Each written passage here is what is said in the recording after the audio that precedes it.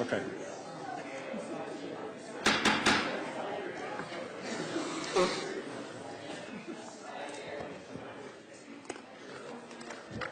I'd like to welcome everyone to our West Jordan City Council meeting tonight. I'd like to call this meeting to order. All council members are present except for Mayor Riding. And I am Alan Anderson. I'm serving as Mayor Pro Tem this year, and so that is a Latin phrase which translates for the time being. So tonight, for the time being, here I am.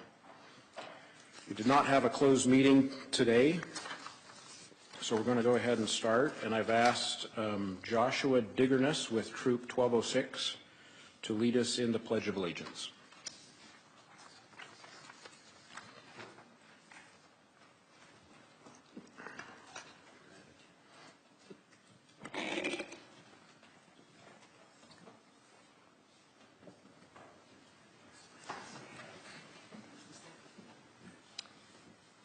I pledge allegiance to the flag of the United States of America and to the republic for which it stands, one nation, under God, indivisible, with liberty and justice for all.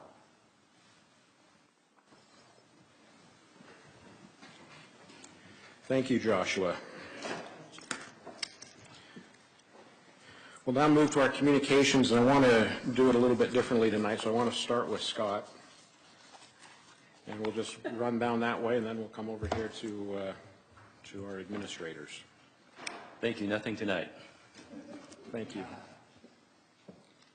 Thank you, Mayor Pro Tem.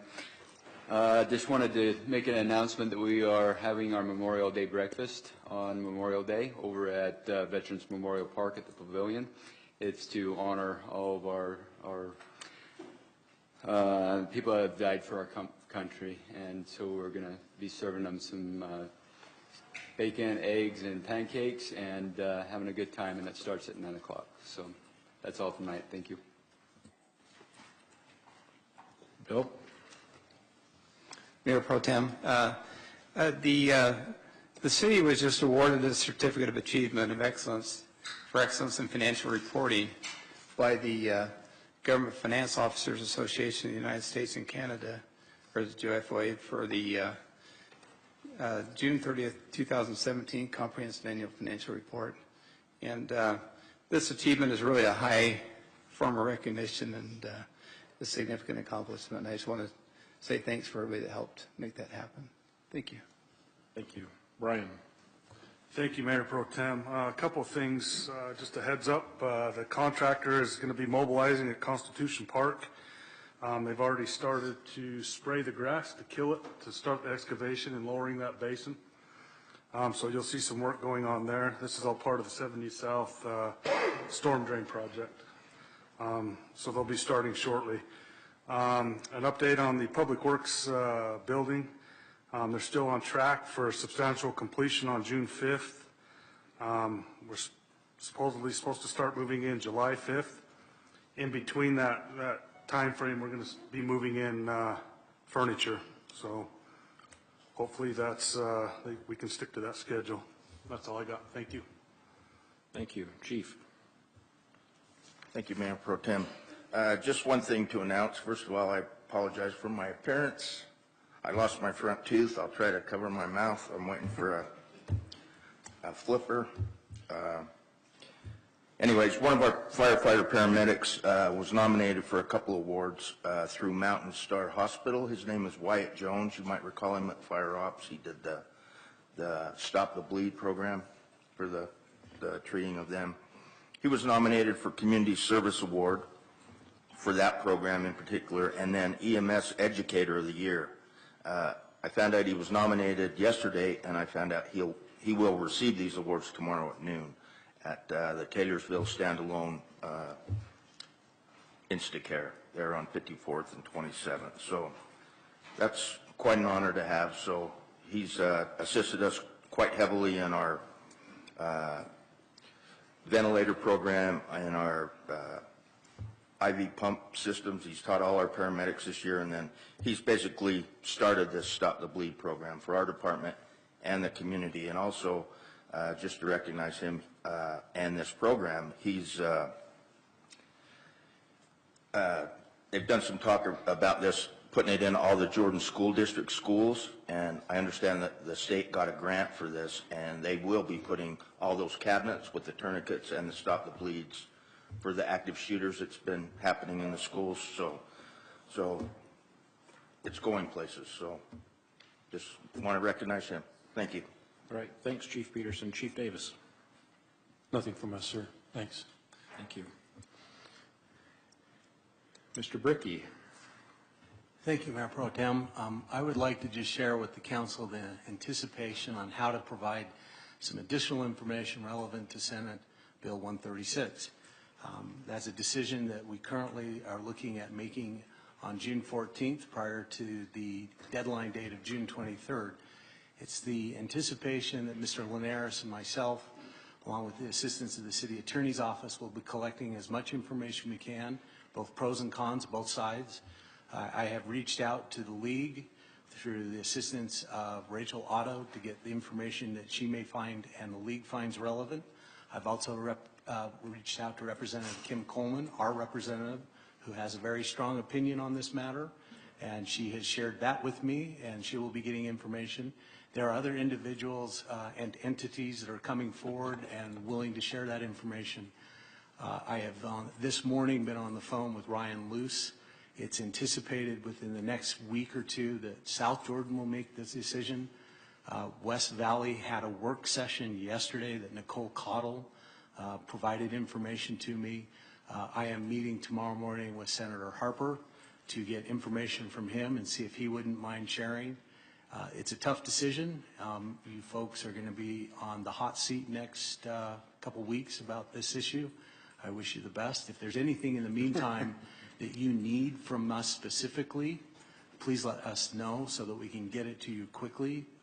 The citizens are obviously interested in this process, but it appears to me just from an editorial standpoint that the legislature has handed a pile of decisions that they are making you decide on how tax dollars that are going to be spent by others. And that's not an easy process to get wade through. So good luck, and if you need anything in the meantime, please let us know. Okay. Thank you. Thank you, Mr. Bricky. And I just wanted to, I think you had mentioned June 14th, and I just looked at the calendar, and Wednesday, June 13th. I should know that. That's my wedding anniversary, and my wife has already told me that. So yes, it is June 13th, so I apologize. Okay, I just want to I make was sure. hoping you'd change it so my wife would be happy, but you're right, the 13th. I just want to make sure it's reflected in the minutes. All right, Mr. Wall. All right, thank you. Thank you. And then what we'll do now is go to City Council, and for this I'll start with Councilmember McConaughey. Thank you, Mayor Pro Tem. Today I just want to voice appreciation for the folks over in Public Works. Executive Drive, my street, had a couple of unanticipated water shutoffs this last week. Sunday morning at 2 a.m., again Monday morning about 2 a.m., Monday morning again about 8 a.m., and it was not restored until 11 p.m. that night. And then Friday at about 10:45, when that was restored after about 2 hours. Each time we had city crews who were expeditiously on scene working to fix the issues, despite all sorts of problems that they encountered. Very much appreciative to our water department for being out there. For the extended outage that we had, they actually went and delivered bottles of water to the residents who were unexpectedly without. And it was just a really good, I'm trying to think of the best way to describe it, but when you wake up at 2 o'clock in the morning, and so we have twins that are just barely 10, they'll be 10 months old tomorrow.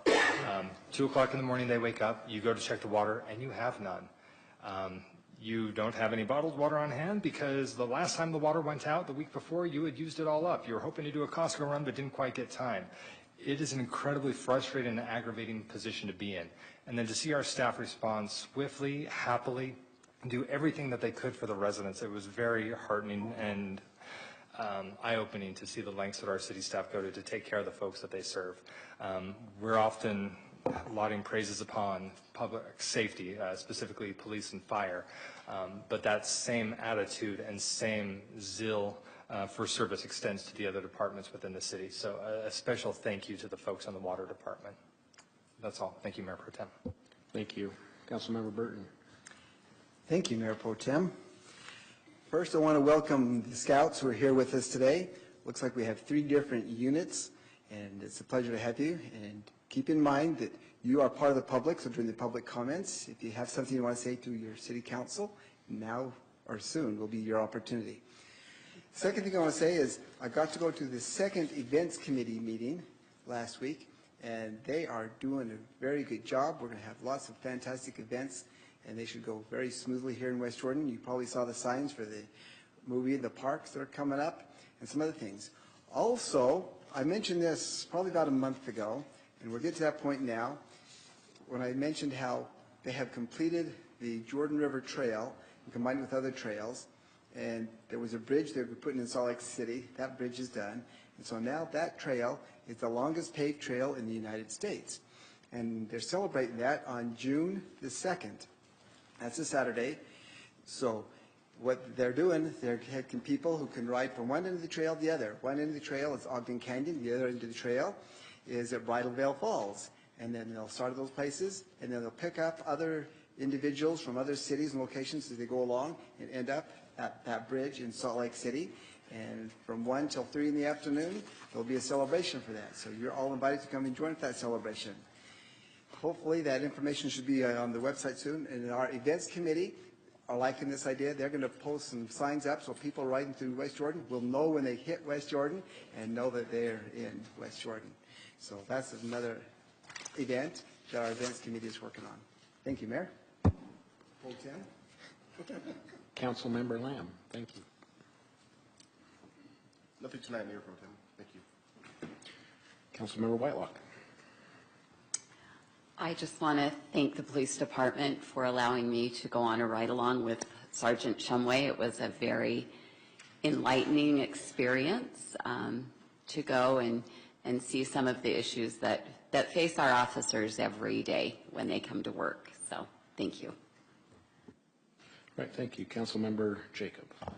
Thank you. Couple of things. I want to put an additional plug for the Memorial Day breakfast that's on Monday at 9 a.m. at the park.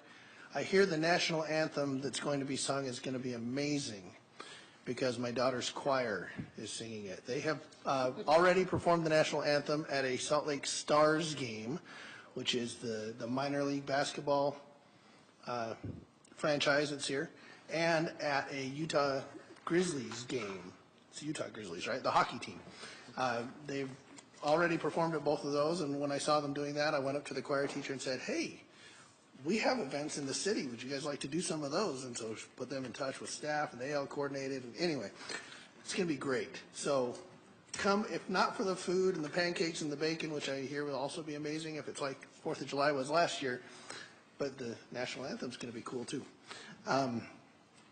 Also, I will be ducking out of this meeting for a bit in the middle, but I will return. So when you see me leave, don't panic.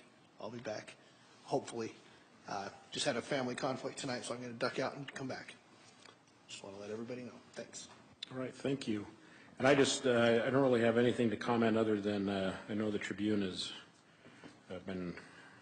talked to us about our closed meetings, and I just want everybody to know that we do have a lot of closed meetings. However, one thing that we do in the spirit of openness and transparency is that in our public minutes, we disclose topics and timelines of what's discussed in the closed meeting. So as transparent as we can be, and I just want the public and our citizens to know that.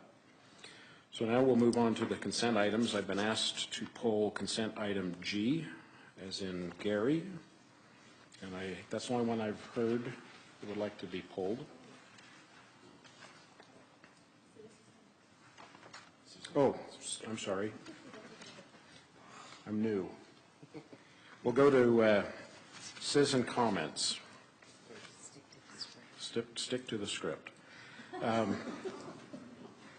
There are opportunities this evening for citizens to speak. Since we have 6 public hearings later on in the agenda, if you're here and would like to address any of the public hearings, you'll have the opportunity to speak at a later point in the meeting. The public comment portion that we're coming into now is you can speak about anything that's on the agenda as well as any other general topic, even if it's not on the agenda. If you're to discuss anything that's on the consent calendar, business item, something not on the agenda, this is your only opportunity in this meeting to discuss those things. Each person will be given a 3-minute time limit, and I'll start with those who've signed up in advance, and I don't have a paper of anyone who has signed up in advance, so I will go ahead and open the citizen comment section of our City Council meeting. If there's anyone who desires to speak, now is your time.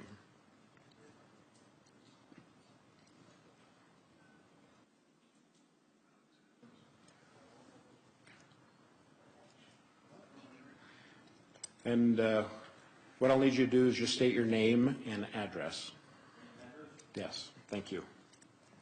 My name is Andrew Ortez, and my address is 4972 West, Coffee Meadow Lane. But I'm always around the area in 7800 South and 56, so I was wondering if you guys could put a couple of fishing ponds and a skate park right by the 7-Eleven and 40th West. I don't know. That's what I gotta say. Okay. Thank you. I'm a hunter and I'm a rollerblader, so yeah, everybody can benefit from it. Okay. That's it. All right. Thank you. Is there anyone else who would like to address the council at this time? Seeing none, I will close the citizen comments and move on to the consent items. So now we're to the consent calendar, or consent items. And I've been asked to pull item G as in Gary. Is there anything else? Or I'll entertain a motion to approve all but G.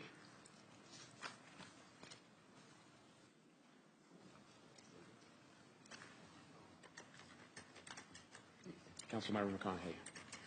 Move to approve all consent items with the exception of G as in golf. Second? Okay, we have a motion and a second. Any discussion to the motion? Seeing none, we'll have a roll call vote. Melanie. Councilmember Burton? Yes. Councilmember Jacob? Yes. Councilmember McConaughey? Aye. Councilmember Whitelock? Yes. Councilmember Lamb? Yes. Mayor Pro Tem Anderson? Yes. Vote passes 6 in favor. Okay, so let's discuss item 6G, which is approve resolution 18-97, approve the installation project of ballistic protection for the Justice Court and Finance Departments using the funds already in place in the Police Department budget. And Councilmember Burton had asked to have this pulled, so I'll turn it to you. Thank you, Mayor Pro Tem. I have a couple of questions that perhaps staff would be able to help. Chief Davis or David Bricky, either one would be fine. First of all, it says it's already in the budget. Was it placed in the budget for this specific purpose, or was it for another purpose? We're just moving the purpose that we're using these funds for. It's my understanding it was a green sheet that's been requested for 4 straight years. It was approved last year. It went out to bid. There were 2 bids that were responsive. This was the lowest of those 2 bids. So this was an amount that has been specifically identified for security at both the courts. That's a half of the green sheet, and the other half was for the Finance Department. Did that answer your question? That does, thank you. So then my other question is, I agree that we want to take care of our employees, all of them, and I think it's good that we're doing this for finance. Do we have other security concerns we have throughout the building that we want to increase or provide some other types of security while we're doing this to help make sure that everybody here is taken care of?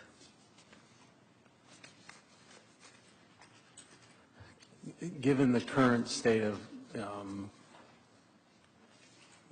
security issues are an ongoing and constant need to be maintained and updated. At the present time, I think we are at the point where we are safe, but that may need to be reviewed in light of changes in the history or currently taking place in the United States. That being the case, I will defer to Chief Davis, Chief Peterson, if they want to chime in, if they think there are areas that need to be addressed. We also have the court, luckily, here today. Judge Coons may obviously have some strong opinions about his facility. I would defer to those three gentlemen if they would like to say something at this time as well. Thank you. Yeah, we're obviously, we constantly review those areas that we think need the security.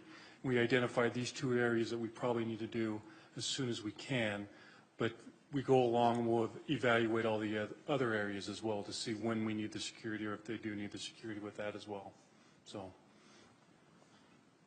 Thank you. One thing I want to try to avoid when we do this, of course, I understand the need for it, and I've talked with some of our employees who very much would like to have that additional security put in those locations. I just want to make sure we don't present a feel that we're increasing the barrier between government and the citizens when they come and want to speak with some government people. Unfortunately, a few people make it tough, and we need to do security because of them, and it creates that barrier. So if we can make that as pleasing as we can when we put those glass things in there, that would be much appreciated from my perspective. That's all I have. Thank you. Right. Thank you. Councilmember Jacob. Thank you, Mayor Pro Tem. Question for probably the police department, but could be administration as well. Have we had recurring issues, let's say in the finance department, where there's that customer-citizen interaction with the staff? Have we had security problems with people jumping over the counter, people actively grabbing or threatening or something, the employees that this would then solve? Has that happened? Is that something that happens frequently, or does it happen at all? I don't know of any specific incidents regarding that. However, I do know they do deal with some irate customers at times, Sure. and they're feeling uncomfortable and not so secure. So obviously this will help out with their feeling and of security. But as for somebody jumping over the counter, I do not know of a specific incident of that. Or any sort of accosting or assaulting or anything like that? I do not know of an incident like that. Okay, I appreciate that. My thoughts on this, the reason I asked that question is because it goes to much of what Councilmember Burton just said, is the perception or the aesthetics that you feel when you walk into a place that has this barrier up. I kind of expect it when I go to a police station or a courthouse. I kind of expect there to be enhanced security.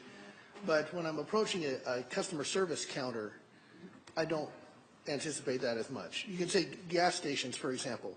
You look at a gas station, gas stations get robbed all the time, right? And that's a significant risk that you take, especially if you're working like graveyard shift at a 7-Eleven or a gas station. That's a significant risk, but yet most gas stations don't have a barrier up. Now some do, and when you walk in and you want to go, 20 on number 7 or buy a candy bar or soda or whatever, and you go up to that counter and there's that glass barrier with the little microphone or the little speaker hole and the little pass-through tray, you feel like you're in a bad neighborhood, right? I don't want West Jordan to feel like we're a bad neighborhood. There's already too much of a perception that, we've got crime problems or we've got drug problems or we've got issues in our city that we're becoming another insert city of choice of ill repute here. And I don't want to further that perception. So is there a risk in not putting it up in the finance department? Sure, but nothing's happened yet. But it's kind of that risk we take living in a free society. There's always a risk. But what kind of perception, what kind of feeling do we want, especially where our city staff interacts face-to-face with their employers, the citizens of the city? Just my 2 cents on that. And I can see both sides of this. We want to protect our employees. We want to let them have the feeling of security, but do we want to put up that gas station barrier where you have to go up and ring the doorbell to buy your soda? You know what I mean? Thank you. Councilmember Whitelock. I struggle with this for the same reasons that Zach just referenced. When I go to places like that, it doesn't make me feel safer. It makes me wonder, what the heck, is this not a very safe place to be? Maybe I shouldn't come here anymore. In fact, my local Smiths, for a while, had a security person standing at the door. And I don't feel like it's a dangerous area. And so I told the store manager, if your store is so unsafe that you require security, then I don't think I'm going to be able to shop here anymore. And that kind of, it's the feel that it gives. And I certainly want our employees to be safe, but I want all our employees to be safe. You know, anyone could come up where Heather and Melanie, where they're at, and go in there and do harm. If someone wants to do harm, they're going to do harm. I don't see how our finance department is in such a big place that people are, sure, they might be mad because their water bill's overdue, or, you know, you want to charge them more. I guess we want to charge them more for the sewer than they feel they should be paying, but I think we need to do, does the risk outweigh the benefit? And for me, the benefit on this one just isn't there. I appreciate the input from police, but I think that sometimes when we're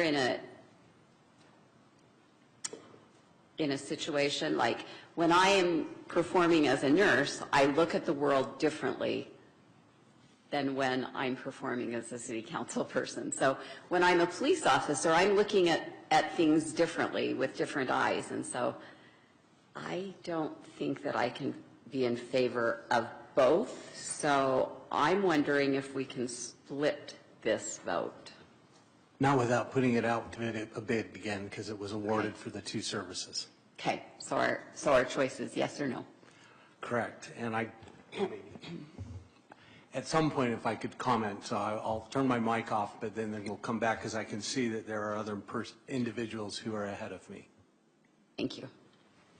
Councilmember McConaughey. Thank you, Mayor Pro Tem.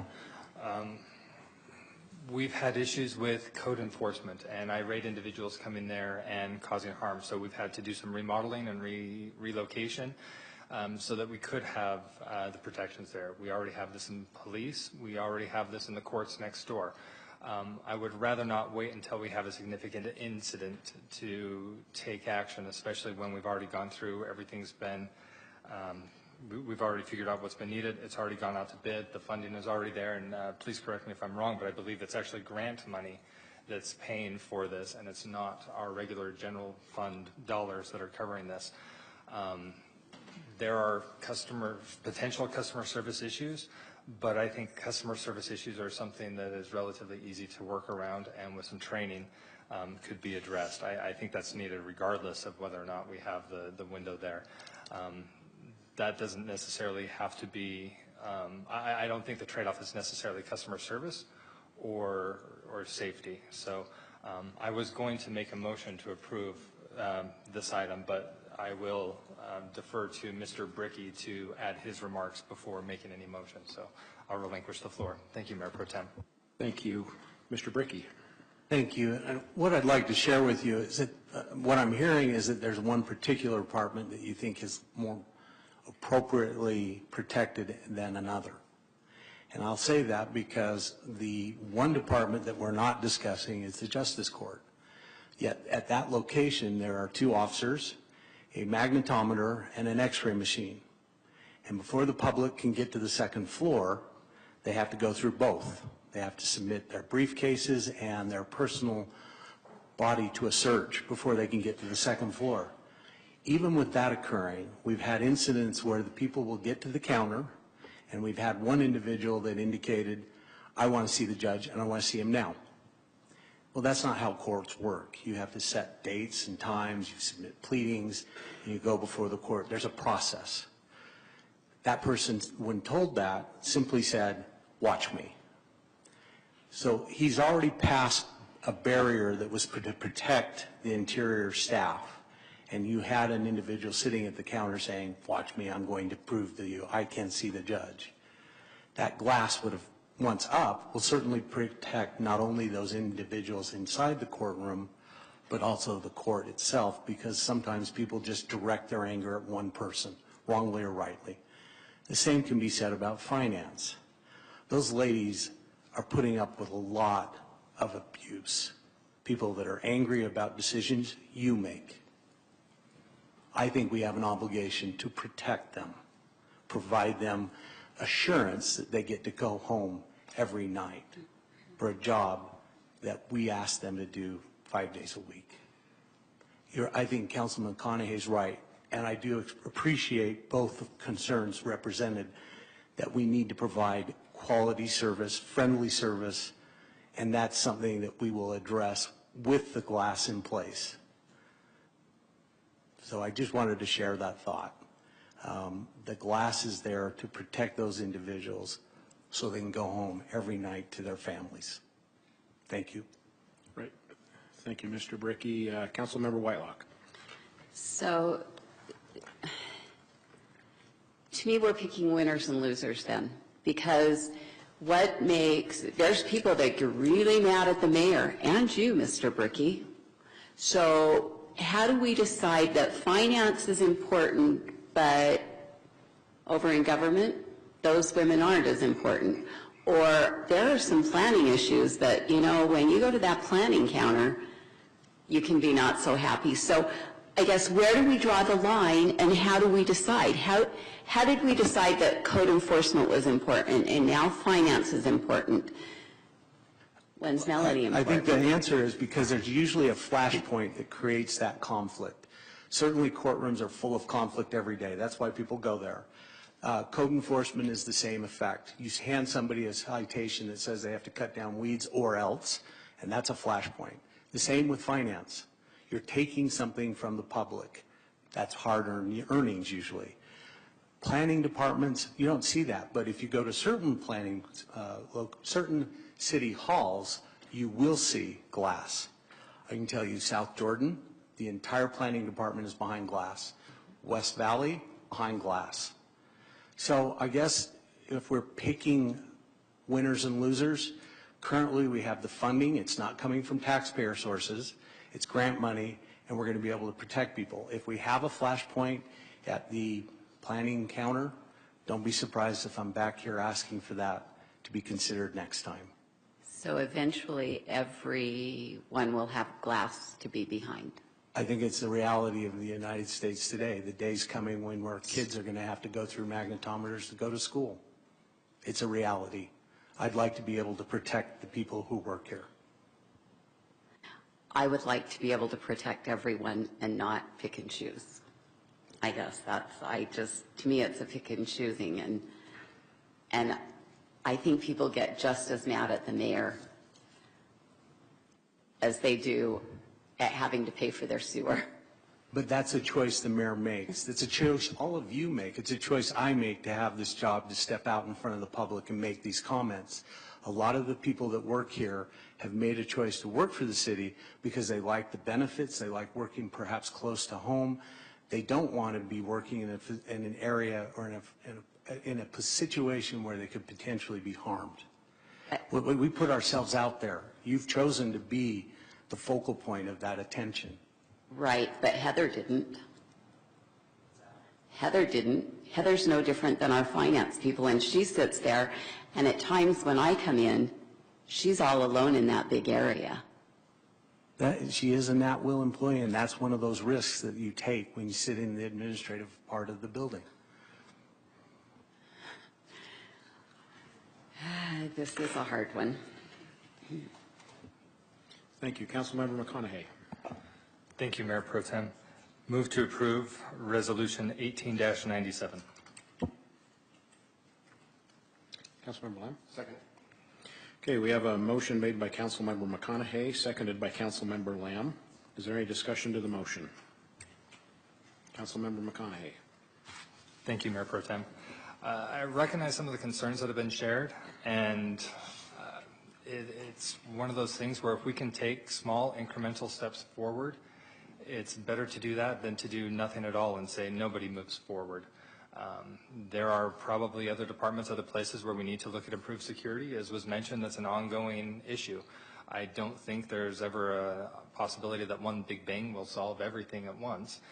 So I'm speaking in favor of the motion that we do what we can with funds that are already there. It's already set for us to move forward, so I would obviously speak strongly in favor of taking the steps that we can right now, while encouraging staff through the budget process to see what else we can do in the near term, prioritizing the various risks that are out there to see what we can do to make sure that everybody goes home at the end of the day safely. Thank you, Mayor Pro Tem. Thank you. Councilmember Whitelock. I in no way am saying that we shouldn't do something. I think we need to protect all our employees and have the perception of our city be a positive one. Councilmember Lamb. Thank you, Mayor Pro Tem. It seems like this whole discussion started on perception. It seemed like the Justice Court, no problem, let's put one up there, but let's hold off on the finance area because it's a perception thing. I don't work behind the counter, but if I did, I'd probably feel differently about it. And the way I see it tonight and the things that I've been given as far as making this decision is about safety and protection for our staff. And for that reason, I just wanted to let those know that I will be voting yes for this tonight. Thank you. Councilmember Burton. Thank you, Mayor Pro Tem. I will be voting in favor of this tonight, but I'm hoping that we continue to look at different ways. This is not the only way we can provide protection. Look at other ways we can provide protection and look at ways we can do it and help them feel comfortable coming in, because I understand the way it feels when you go into a store that has bars on the window compared to one that doesn't. So I think security is important, and I think for the employees it's important, so I will be voting for this. All right, thank you. And I just want to add, I hope, regardless of the outcome of this item, that we continue to have our staff do exceptional customer service and provide a solution to a tough situation with a smile and those kind of things. So I just hope that we raise the bar on serving our residents. Seeing no more discussions, we'll go ahead and have a roll call vote. Mayor Pro Tem Anderson, Yes. Councilmember Jacob, No. Councilmember Lamb, Yes. Councilmember Burton, Yes. Councilmember Whitelock,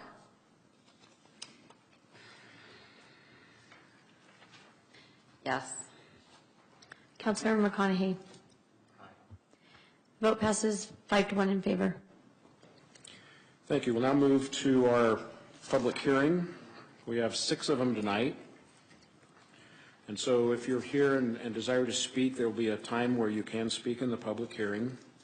The first item is 7A, and that's to receive public input regarding the tentative budgets for the general fund, the special revenue funds, the capital projects funds, the enterprise funds, and the internal service funds for fiscal year 2018-2019.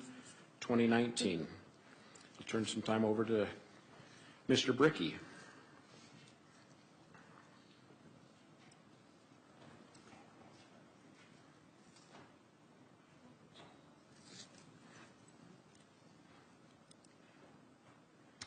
Thank you.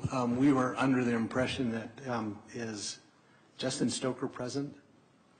Can we continue this for just a short while and let's verify that Mr. Stoker can be available? Excuse me. On the budget? The purpose of this was, the purpose of this.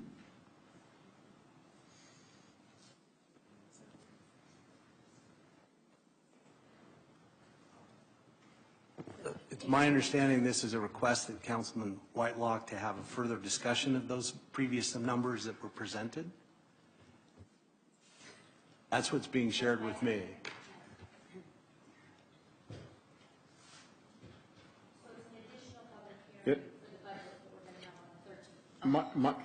My understanding was from last meeting that Councilmember Whitelock had asked for a second public hearing on the budget. Not on numbers, so it's just anybody has a comment At this on point, that? if we'd ask for the public hearing to proceed, and then we'll figure out where we're going to go from there. Okay. Thank you. So if there's anyone here who would like to provide public input on the tentative budgets that have been available online since, I think, the end of April on our capital projects fund, the enterprise funds. If there's anyone who is present who would like to address the council on this issue, now is the time to speak. You would have 3 minutes. Please state your name and address for the record. Steve Jones, 3234 West, 6920 South. The conversations we had earlier about this, basically this protection, one thing I find it kind of odd that we seem to be in this mode of reaction. Everything in our society is reaction rather than looking at it before it ever gets to that point. And I just want to remind the council, since we're talking about budgets, that as long as the 4 years I've been coming here, we have been short police officers. And I am a firm believer that the more officers we have on the street, the better that our city is presented. And these things that we're talking about have a tendency to be down there a lot lower. I just find that we have a ton of regulations out there, a ton of laws. Fact is, unless somebody's there to enforce them, they mean absolutely nothing. So you can put up all the walls that you want and all the protection you want, but the key to it is removing those individuals from our society that do not deserve to be there.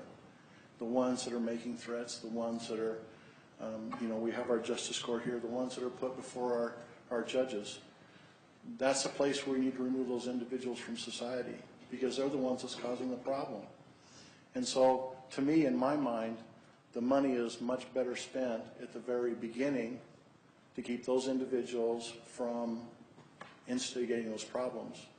I just find it interesting that as time goes on, we seem to hear more and more about these shootings and more about assaults. And to me, I look at our city, and the last time I checked, way back when, we were 20 officers short. And I don't believe in all the time I've been coming here that, yeah, we're making a little bit, but we're also having our city grow great, big, huge leaps and bounds. And I don't see us making up that number. So let's take some time. Let's look at the problem and solve the problem rather than spend our time reacting. Thank you. Thank you. Is there any additional comments that the public would like to make on the budget at this time? Seeing none, I will close the public hearing on 7A. We're going to combine public hearings 7B and 7C together for the public hearing portion of this, and then we'll consider any approvals separately. Public hearing item 7B is to receive public input and consider for approval ordinance 18-17, amending the future land use map amendment for 5.2 acres from professional office to low-density residential, PC zone, for property located at 8142 South, 4800 West, for the Peterson Commons at Stone Creek, Peterson Development LLC, Justin Peterson applicant. Public hearing item 7C, receive public input and consider for approval as an amendment to the preliminary development plan PC zone for property located at 8142 South, 4800 West, Stone Creek Master Plan, Stone Hollow, Area E, Peterson Development LLC, Justin Peterson applicant. And we'll turn the time over to Scott Langford for the presentation. Thank you, Mayor Pro Tem. We've got a couple slides that will hopefully clearly paint the picture of this request. I've asked Ray McCandless, who prepared your staff report, to provide a summary to the council and to the public. And Ray, if you could come up at this time.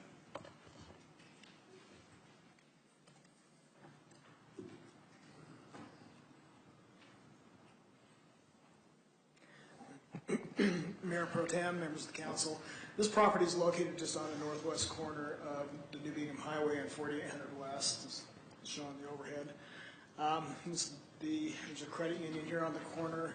This property is located within what we call our Stone Creek planned development or planned community. The development plan that was adopted for the Stone Creek community was done back in 2009. Since that time, the Peterson development has been actively pursuing office-related uses on this parcel, but has, with the exception of the credit union, has been unable to get any more takers on the property. So they're here tonight to amend both the preliminary development plan that was adopted in 2009, and also change the designation on the land use designation on the future land use map of the general plan from a professional office to a very low density residential land use designation. This is just a copy of the Stone Creek development. This is the area that we're talking about right here. This is 4800 West, and New Bingham Highway cuts here at a diagonal. This is the property here. The future land use map is shown here. This is what's designated now as professional office. The request is to change the designation on this area right here from professional office to very low density residential.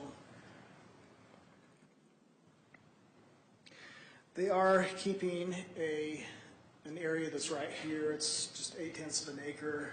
They're still looking at developing that as office space at some point in the future. But looking at the surrounding land uses, we've really got existing established neighborhoods. We've got 12,000 square foot lots over here and to the north and also to the east. And changing this to from office to residential, we think is a good move. We think it would be a good fit in the neighborhood. This area only serves the residential neighborhood around it, so we really don't have any issues with changing that to very low density residential. In fact, in the Stone Creek preliminary development plan, as I note in the staff report, is one of the things it says as a contingency, if Stone Hollow Area E, which is this piece of property, is converted from light office to residential lots, the area will be developed at a rate no less than 2.7 units per acre and then no more than 5.1 units to the acre, as converted from office to residential use via a general land use map amendment, which is one of the reasons that they're here tonight. The intent is to develop it like this. Again, this is the credit union site, New Bingham Highway, 4800 West. There'd be future office use here that would have access to the New Bingham Highway and residential streets. There'd be 4 new homes put on this existing street here, and then additional homes would be through here through a street network. So there will be 16 lots. They'll range in size from roughly 7,600 square feet to 15,765 square feet. The density is right at 3 dwelling units per acre, which, according to the general plan, is right at that low density residential threshold. So with that, we think we took this to the Planning Commission. The Planning Commission supports changing the land use map and also the preliminary development plan. Overall, we think it'll be a good fit into that community, and so our recommendation is for approval. Thank you. Councilmember Burton. Thank you, Mayor Pro Tem. I have a question, although it doesn't apply yet, but I want to ask it now anyway.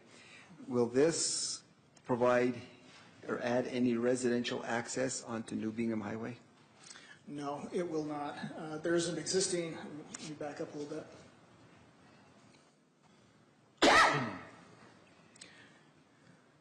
The four lots that I talked about are just along this existing street, and those will be serviced or accessed by Copper Canyon Way, and then the other lots up here on the north side will be accessed off 4800 West. So there's no new access on. Okay. So, but there will be an additional access in the future for the commercial portion. Is that correct?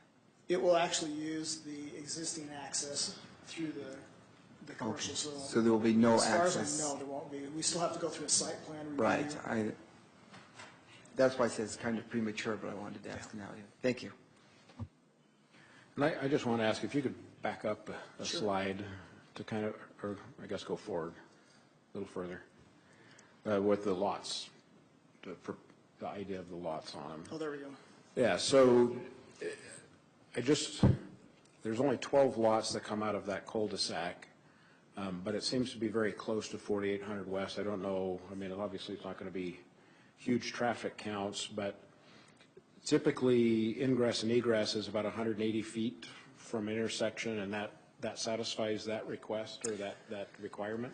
Keep in mind, this is a concept plan, and so Right. this will be changing with time. And so that'll be, that actual location, those separations will be looked at that time.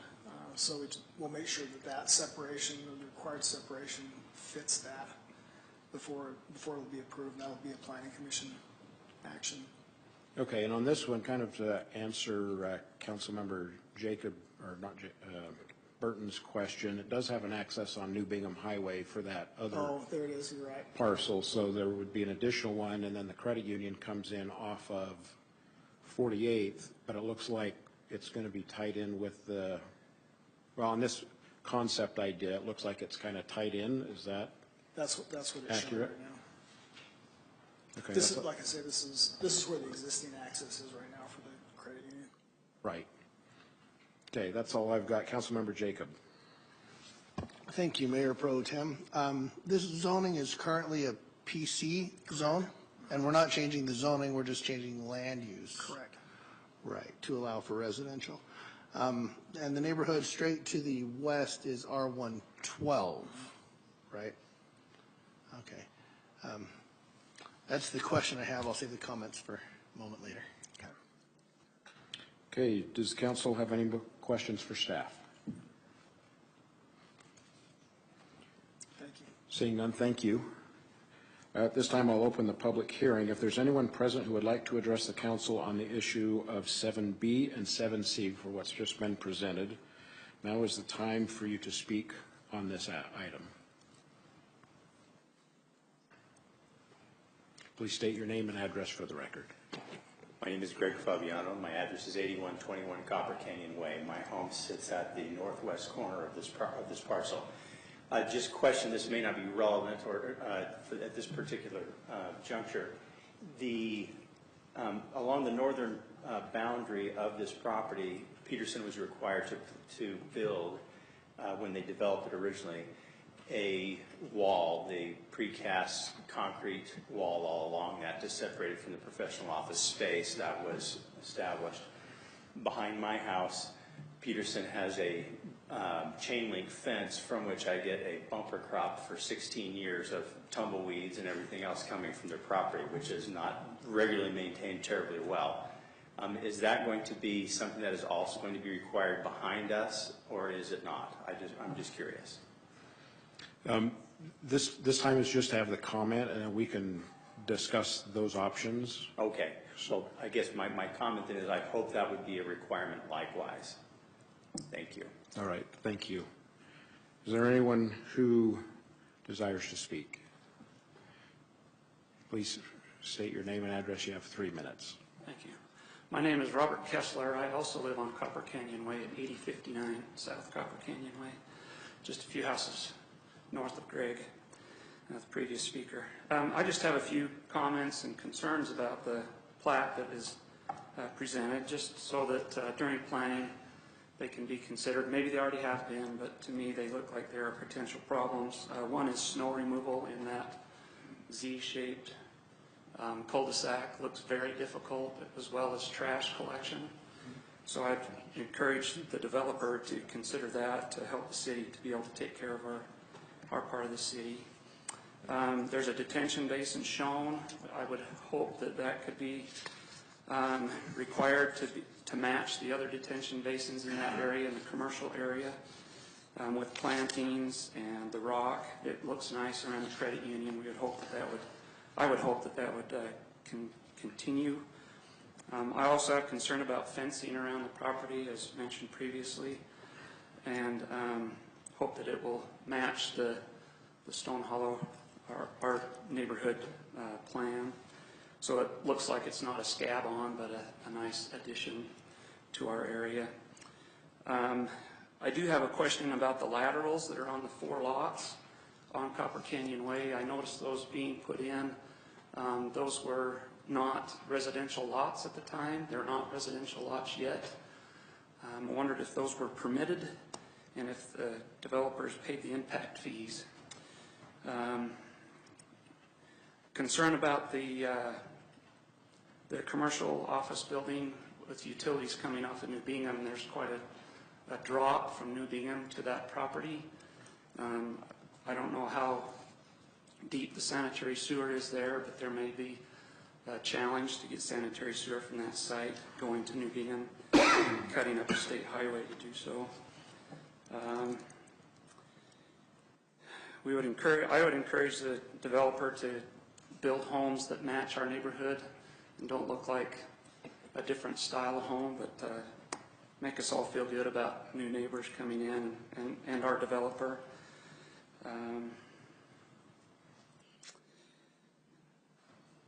Let's see. Oh, and the property right now is not being well maintained. I would request that the developer maintain it, meeting city ordinances. The weeds right now are about this high, and there's a lot of items that are being put there right now by neighbors because it's hidden by the weeds, I think. And so it'd be nice to have that kept looking nice. I appreciate the time. Thank you. All right, thank you. And is there anyone else who desires to speak on these 2 topics?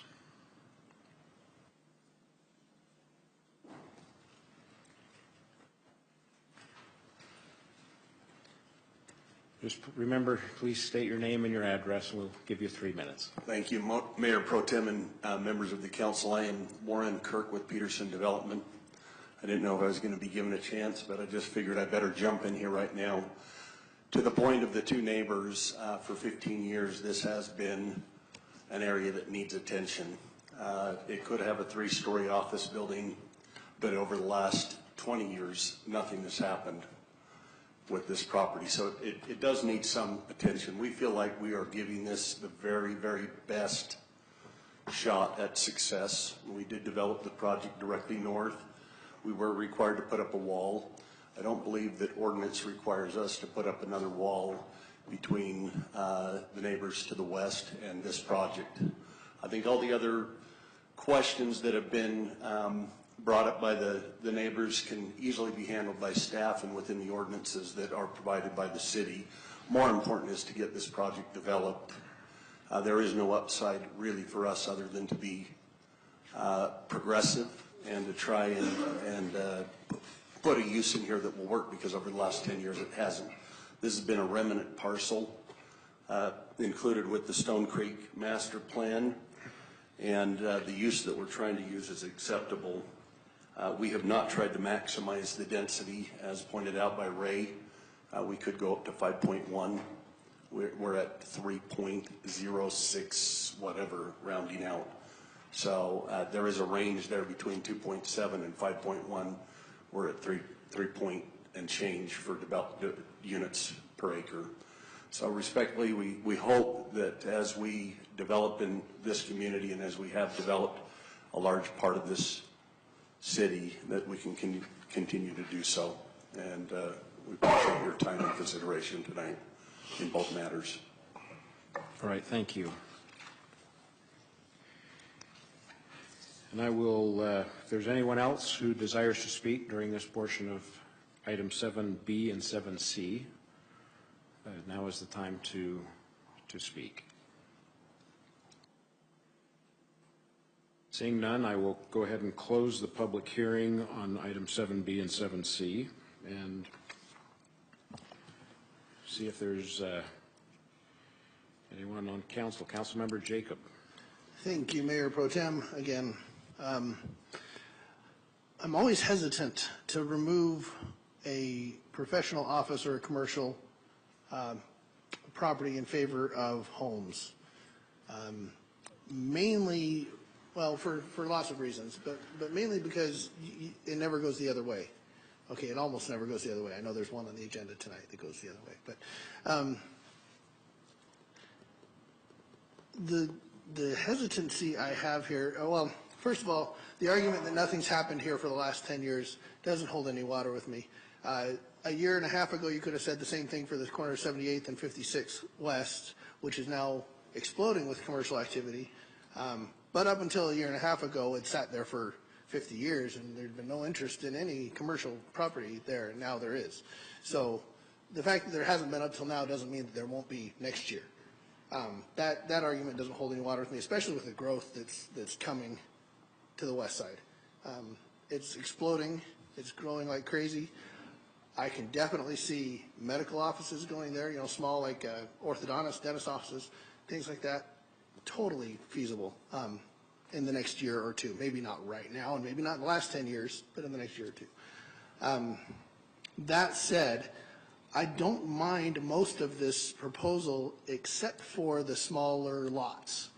I was just looking on the city's map. The smallest lots on this slide we have in front of us right now are quarter-acre lots. Those two straight to the north that would back up onto these new houses that would be in that cul-de-sac are quarter-acre lots. Those are the smallest ones I see. There might be a couple other smaller ones.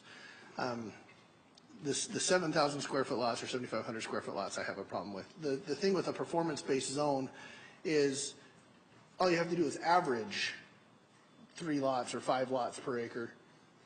You don't have to have them be a minimum lot size.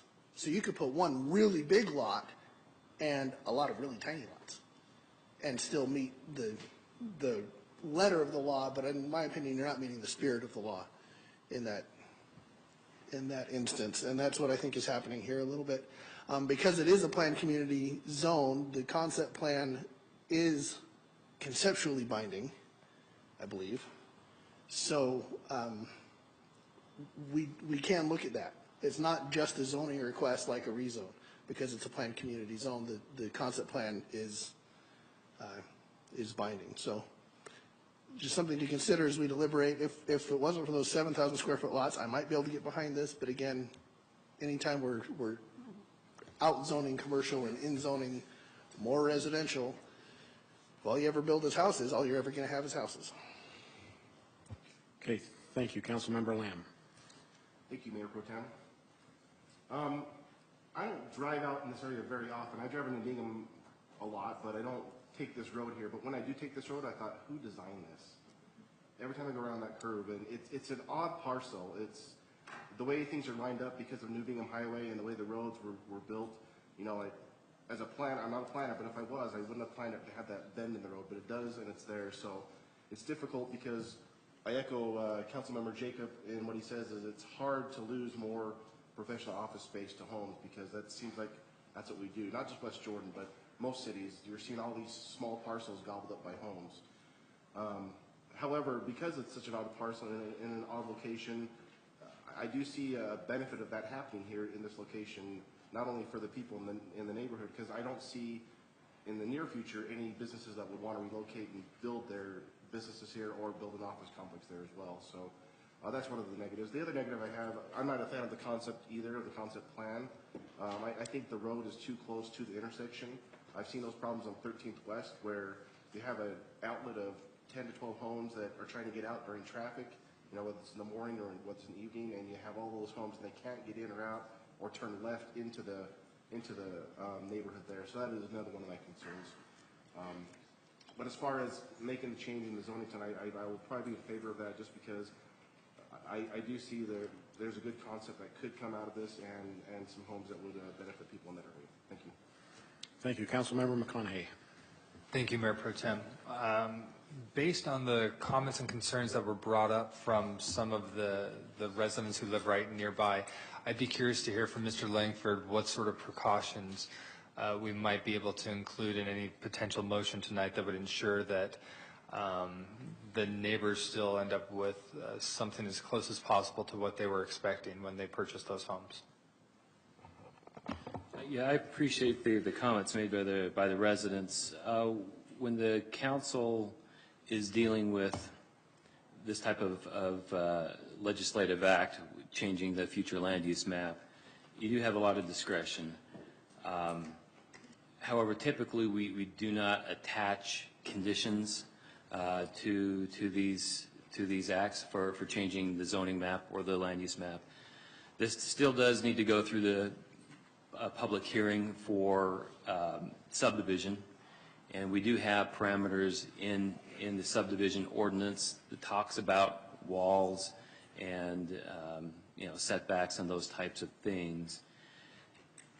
All that being said, this is in a PC zone, which gives the council unique opportunity to impose conditions. So I believe that you do have some unique situations where you could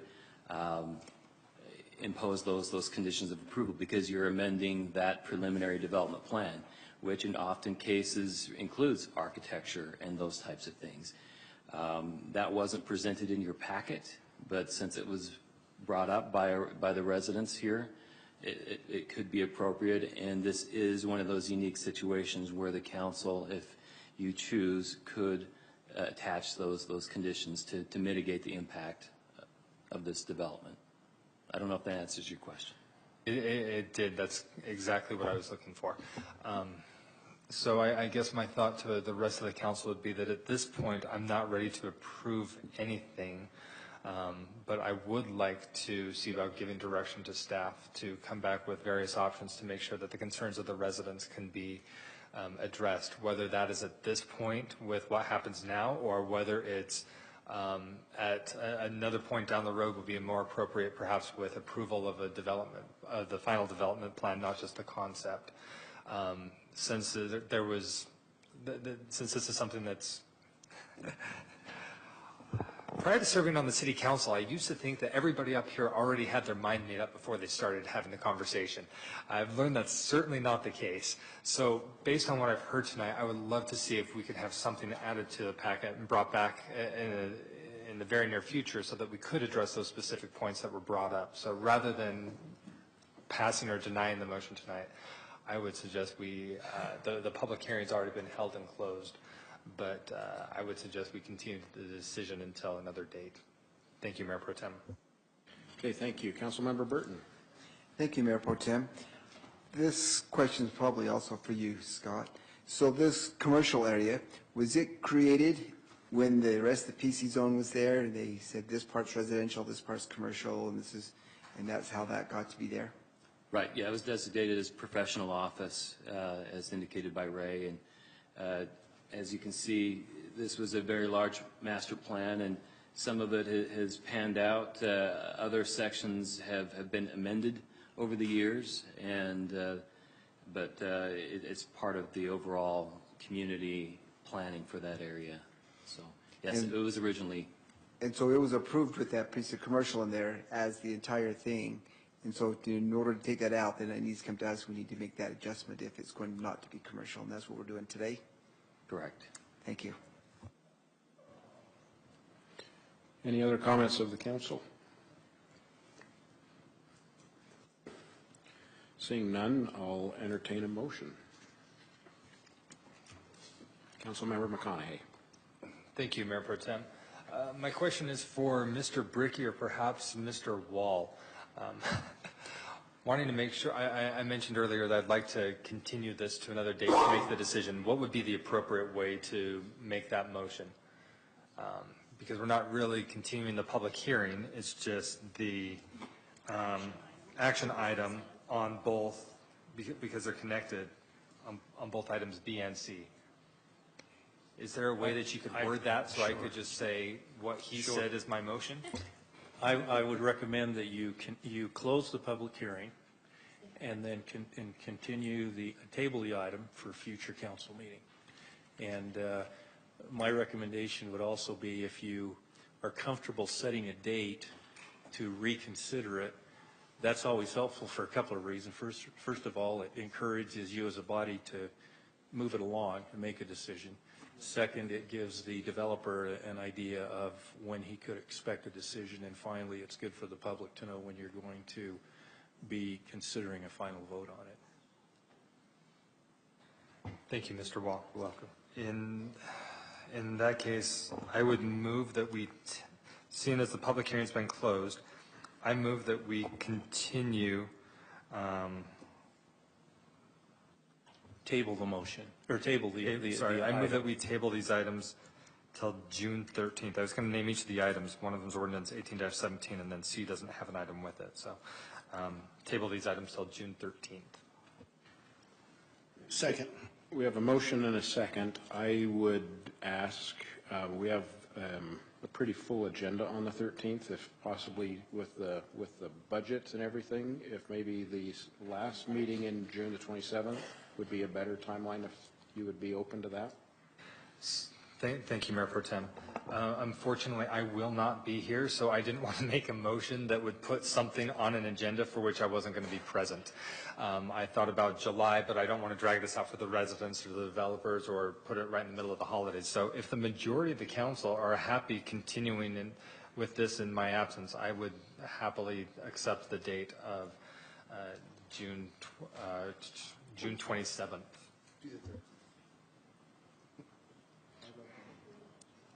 That's an amendment I'm still seconding. Okay, and Mr. Bricky, would that accommodate our timeline on the 13th, if we had it on the 13th? It's going to be really packed. I'm sorry, you moved it to the 27th, is that? I had not made that okay. amendment or change to the motion yet, but Okay. I'm willing to if that works for schedules. I'm going to defer to Ms. Briggs to put on the record what she's whispering. So sorry, Mr. Bricky. On the 13th, as of right now, and I don't anticipate any other planning public hearings. We have one planning public hearing, but we do have the budget public hearing. So that really will be more than likely the bulk of the discussion on that night. So it's not as full as the last few meetings have been, so. As such, then I don't think we'll have as busy a calendar as I thought we were anticipating. In that case, that would probably be fine. So in that case, I'll leave the motion, let the motion stand at the 13th. All right, thank you. We have a motion by Councilmember McConaughey and a second by Councilmember Jacob. Any discussion to the motion? Any further discussion to the motion, I should say? Oh, Councilmember Whitelock. You got to read. So, Scott, I just have a question. So what they're asking for to table is because they want to put parameters on it, basically. Will this not come before us again when those could be added? No. No. This is the This is council's it. shot to. If we say yes to this, they can develop it however. They would go to the planning They commission. can use this and- concept plan or they can use something else. Correct. They would have to meet city ordinance, and there would be another public hearing at the planning commission, but that would be it. But not before us. Correct. Okay, thank you. Thank you. Councilmember Jacob. Thank you, Mayor Pro Tem. I'll be in favor of the motion to table. Could you back up actually to the slide with the main development? Kind of, there you go. If you look at this, you see my concern is obvious. All the neighborhood has these nice big lots, nice big homes, and then this new neighborhood on that little Z Street, they're crammed in there like sardines. I will not be in favor of this development plan if we don't have minimum 10-ish thousand square foot lots. Just as a FYI for when this comes back up, if there's going to be amendments made to the development plan, that's one I'd like to see made. Thank you. Okay, anyone else? Seeing none, we'll have a roll call vote. Councilmember Whitelock. Yes. Councilmember McConaughey. Aye. Mayor Pro Tem Anderson. Yes. Councilmember Jacob. Yes. Councilmember Lamb. Yes. Councilmember Burton. Yes. Vote passes 6 in favor. Okay, This is when I'll have to duck out. So all right. Just for the minutes and for the record. For the Hopefully record. I'll be back before it's over. Councilmember Jacob will be departing for a period of time. We'll be done. Okay, that took care of public hearing B and C, so we're now moving to public hearing 7D, which is to receive public input and consider for approval ordinance 1818, amending the future land use map for approximately 2 acres of property from high-density residential to professional office designation, PO zone, for property located at 7540 South Redwood Road for the BMP LLC property, City of West Jordan applicant. Scott. Thank you, Mayor Pro Tem. This is at the request of the City Council. There's been some development proposals in this area before, and the direction was to clean up and get rid of the little sliver of high density and convert it all into a consistent professional office. Mark Forsyth from staff is here to answer any specific questions, but that's a quick summary, and if you do have questions, we can have them come up. Otherwise, we'll respect your time this evening. Okay, Councilmember Burton. And you will probably be able to answer this question for us, Scott. It looks like more than half or close to half of that is rezoning on, or future land use on Redwood Road. Is it necessary to do that on Redwood Road? The use on Redwood is not going to change, but if you look at our maps, our future land use maps go out sometimes to the center line, sometimes all the way across. If we didn't, there would be a 75-foot wide swath of high-density residential. It's neater this way. So it really doesn't matter. It just looks cleaner on the plan. Thank you. Okay. Seeing no one else on the council with comments, I will now open the public hearing. If there's anyone present who would like to address the council on item 7D, now is the time. You just come up to the microphone, state your name, and you'd have 3 minutes.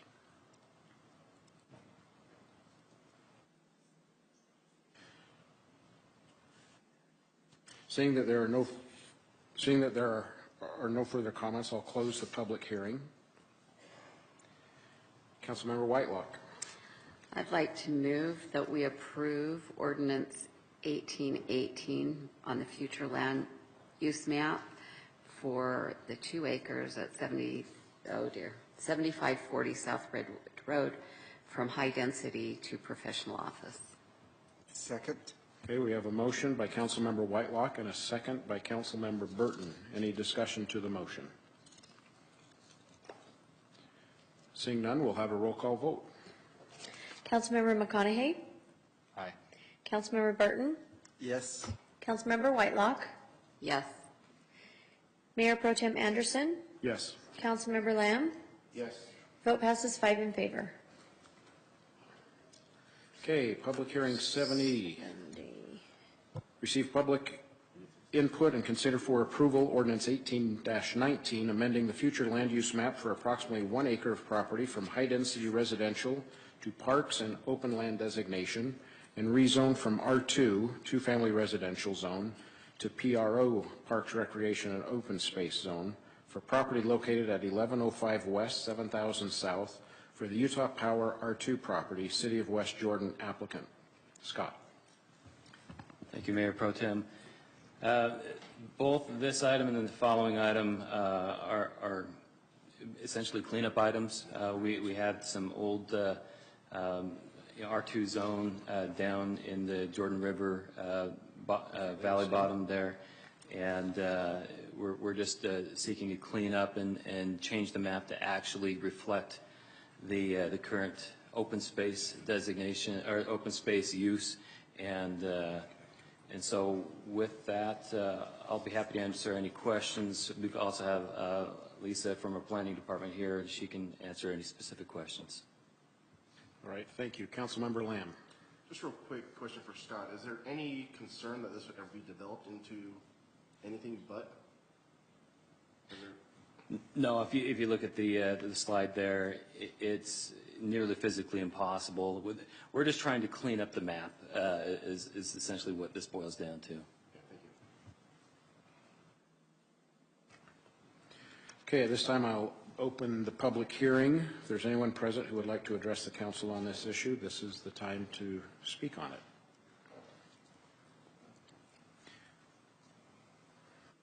Good evening. Please state your name and address. You have 3 minutes. Well, It was my son that wanted to talk to you. He lives on 7079 South, 1115 West. And he's right there. He's got some letters from the neighbors. He sat down for a glass of water. But he did want to say something, if you wouldn't mind holding on just for a minute. If he's quick. Okay. Is there anyone else who would like to address the council?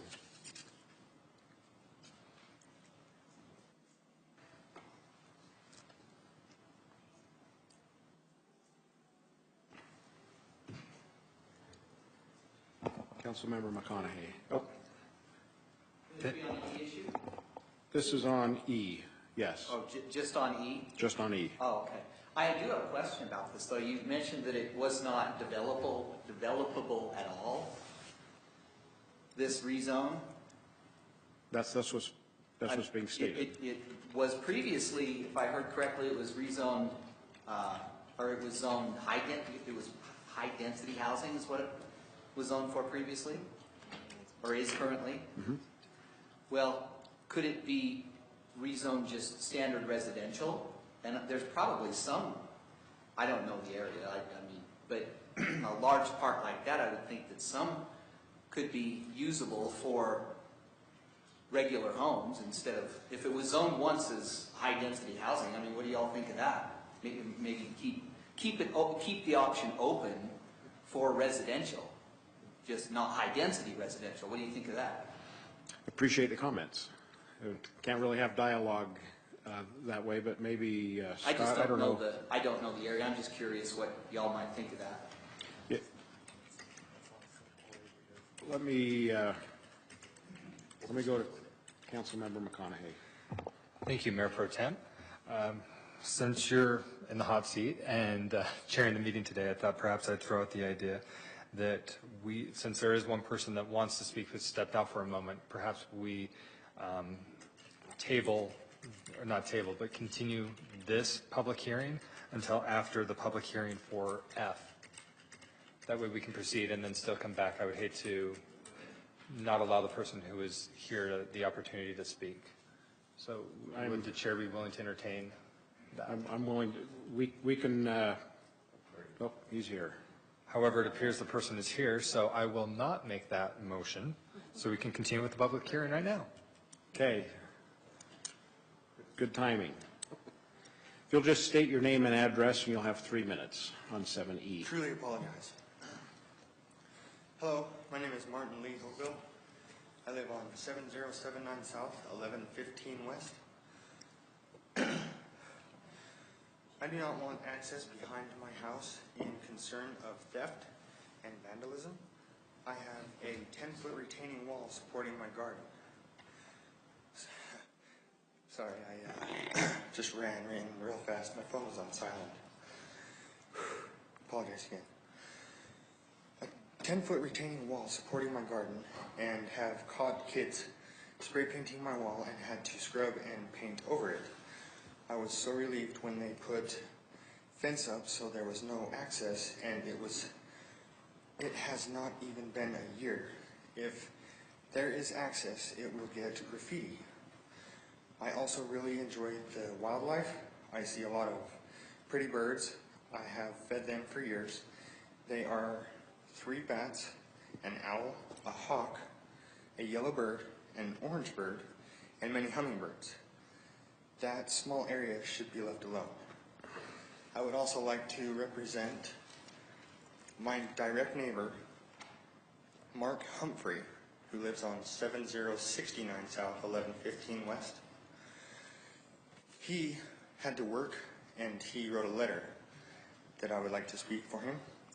To whom it may concern, I, Mark Humphrey, as a property owner of 7069 South, 1115 West, is writing you this letter because I am unable to attend the councilor meeting being held on Wednesday, May 23rd at 6 p.m. due to I will be working late. I have a few issues about the park being built behind my house that include the wildlife of the animals and birds that live here. Also, the structure of my retaining wall and my fence, and the fence that you are going to put up that will block my view of the mountains and the valley that I enjoy looking at. Also, there are issues of some of the neighbors that put out a lot of money to extend their properties flat out. Yours sincerely, Mark Humphrey. Right, thank you. Yes. Thank you for your comments. Is there anyone else who would like to address the council on item 7E? Seeing none, I will close the public hearing and bring the comments back to the council. But I do have a question, Scott, with some of the questions that were mentioned. This isn't being ripped out and created into a park. It's just a designation, but what's there now is still intended to be there. Is that correct?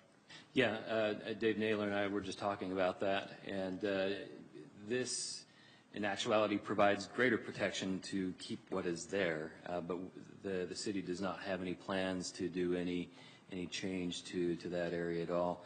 I think people are focused on the park and open lands, the park, that first part. This is open land, and it'll remain as open land, and that's what the zoning designation will do, is protect that open land. Okay, thank you. Councilmember McConaughey. Thank you, Mayor Pro Tem. So, couple of comments. I know this this area quite well. So first of all, there was a gentleman who came and asked if this could be allowed to be maintained open for other sort of single-family development. The topography doesn't really allow that. It is a very, very steep drop, probably 40 feet plus, and it's over a very short, I mean, you go out 40, maybe 20 feet out, and there's a 40-foot drop that comes over that space of time, so it's very, very steep. In fact, my first little bit of time on the city council, we spent a lot of time out in this neighborhood, and over the course of 2-3 years, probably invested about $500,000 if memory serves right, because we had issues where stormwater wasn't properly being drained, and it was just kind of going out to the hill and dropping off down the side, and it was causing a lot of erosion. We heard another gentleman talk about having a wall that was kind of a retaining wall for his garden. This is very, very steep, and the city has gone to some expense to try and ensure that those retaining walls and such can retain their integrity. We've also put a lot of effort into fixing up sidewalks, and a lot of issues as we've seen that area age, and we've tried to bring it back.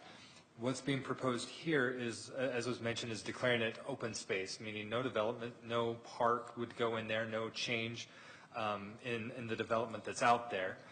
So it'll protect what's already there, so the wildlife will still have a refuge. I do also appreciate the comments about some of the activity that's been going on there, like the graffiti. I know we've had code enforcement out there a lot in the past. We've also had, I can't remember who code enforcement ended up referring out there, but sometimes you'll see bull thistles starting to grow and other noxious weeds. Our parks folks will go out there and clear that out, not just on the hill right, or on this little parcel right here, but also on that grayish, is there a laser pointer somebody could highlight? I'm sure Mr. Naylor knows the place with the weeds quite well, just above where it says subject portion, straight up, right on that bend that looks like dirt, just left like 5 houses, and up about, yep, right there. So there's a lot of weed control and a lot of care that tries to go into maintaining this area. So that being said, is one that I'm definitely very familiar with. I wholeheartedly agree with the idea of preserving the space that's out there right now. I still think there's some more preservation that has to be done. With our prior Director of Public Works, Mr. Rigby, we'd had some extended conversations. Mr. Clegg and I have not had that time to have those conversations yet, so this is kind of a shot across the bow that I'll be chatting with you about some of the needs in this area. But that said, I would very much be in favor of the proposal to keep this as open space. Thank you, Mayor Pro Tem. All right, are there any other council members that have questions or comments? Seeing none, I'll entertain a motion.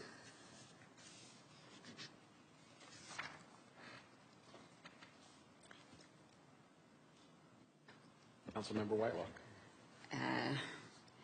I move that we approve ordinance 1819, amending the future land use map from high density to parks and open land.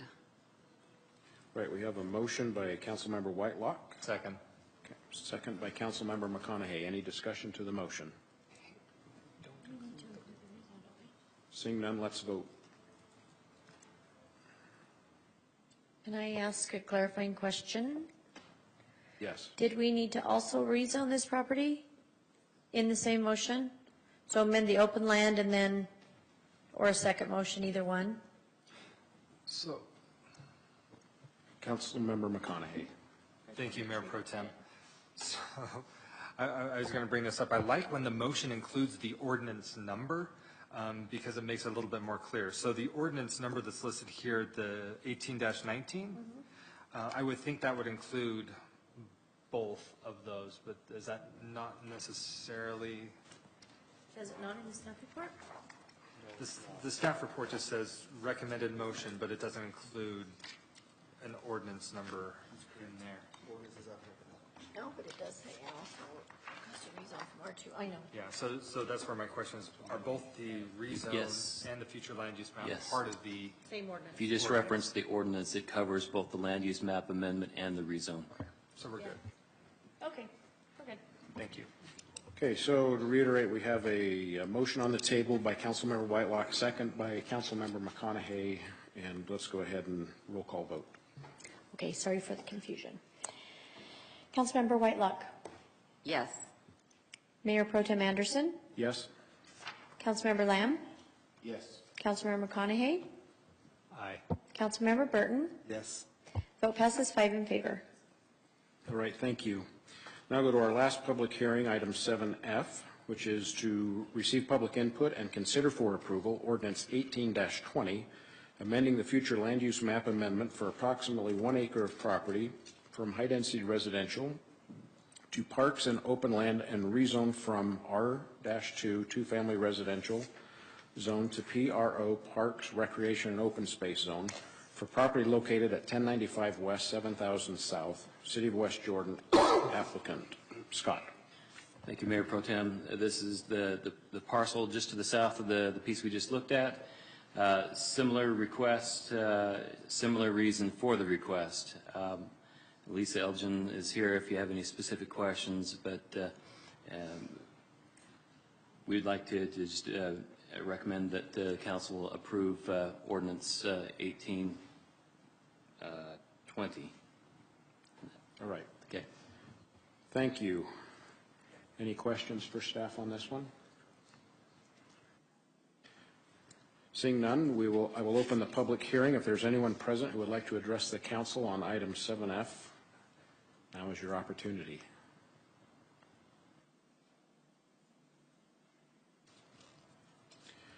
Seeing that there's no comments, I will close the public hearing on item 7F, bring it back to council. Is there anyone, well, there is. Councilmember McConaughey. Thank you, Mayor Pro Tem. First of all, I would make a request of staff that the staff report include the resolution number, just to make it a little bit easier as we're bouncing back and forth.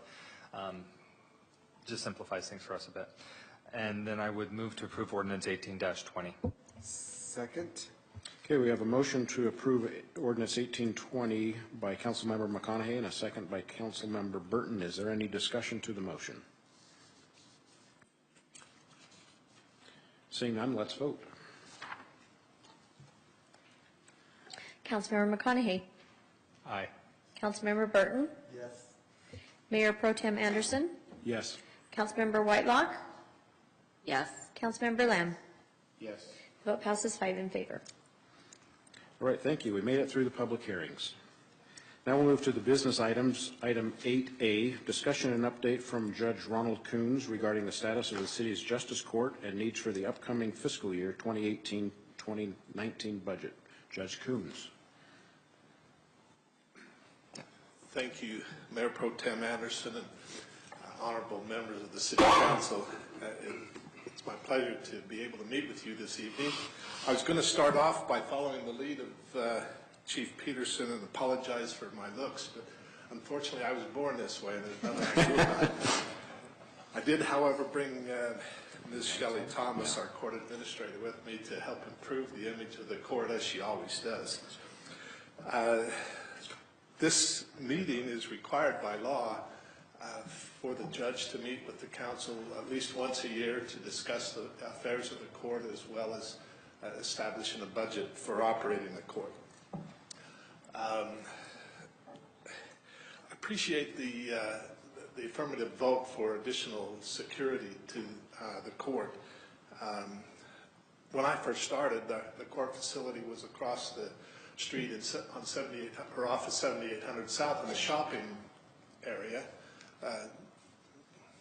We were detached from City Hall, we were detached from the police department, we were there by ourselves, and it was myself along with 4 clerks.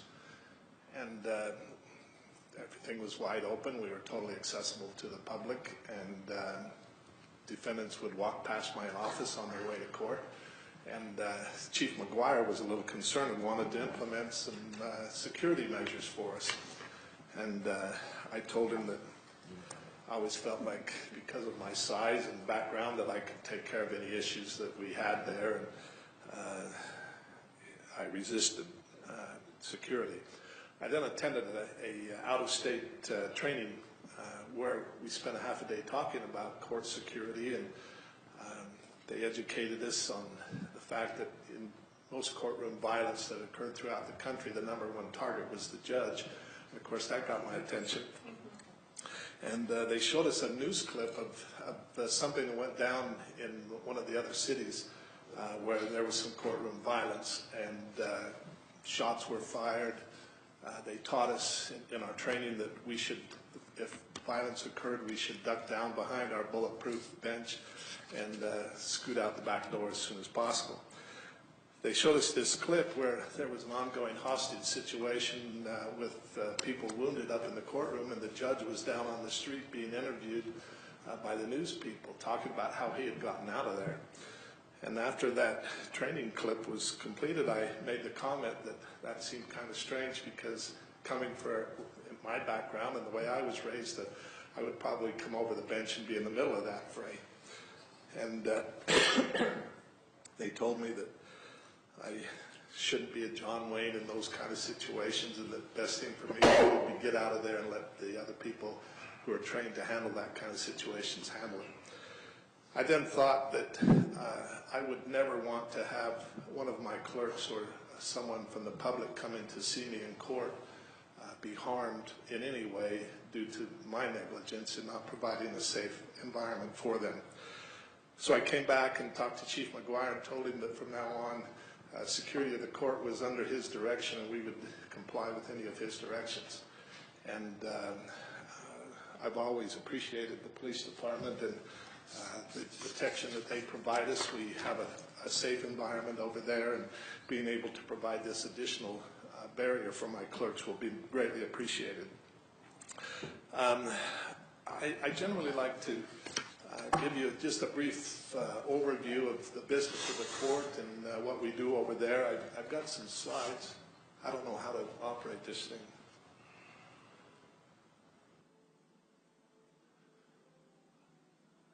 How do I move on to the next one? They go sideways.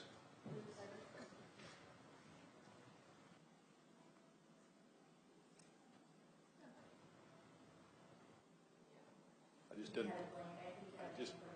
Oh, okay. All right. I thought it would be wise to show you that in the last 7 years, the case filings in the court have gone down quite a bit. Going from 2010, you can see on the graph, we had a total case filing of 15,633 cases, and this past year, 9,034. That begs the question, well, why is that?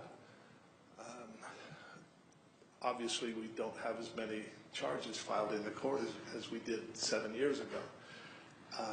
Most of those are traffic cases, and I'll show that in a couple of other slides. One of the things that occurred around that 2010 2011-2012 period was we had that big incident back in Ferguson, Missouri, which prompted a Department of Justice study on law enforcement and how cases were adjudicated in the courts throughout the country. And the Department of Justice came out with a lot of different recommendations for change. It affected the affected the work of police officers. It affected how cases are adjudicated in our court and how fines are deemed as part of enforcement, not necessarily as a chance to generate revenue for the city. So we had that happening.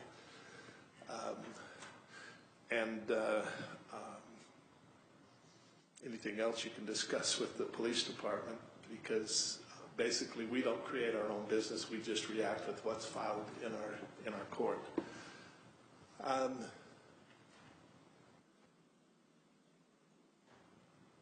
Oops. I'm a total mess when it comes to technology. Do you know how to operate this yet? I'm sorry, Melanie. The next one would be the total cases filed. This breaks it down, and the thing to note here is that you'll see the traffic cases filed on the left-hand side and the total case graphs on the right-hand side, which basically mirror each other. As traffic enforcement goes and traffic citations are issued, that affects our total cases filed. You'll see in the middle, criminal cases, it jumps around a little bit, but it's basically up than it was, or further than it was 7 years ago, or at least 4 years ago on this graph. Small claims jumped a little bit, but they remain about the same. Small claims, they have recently increased the jurisdictional limits of the court to $11,000, and we are tending to get a little more and more complicated cases that take more court time to adjudicate.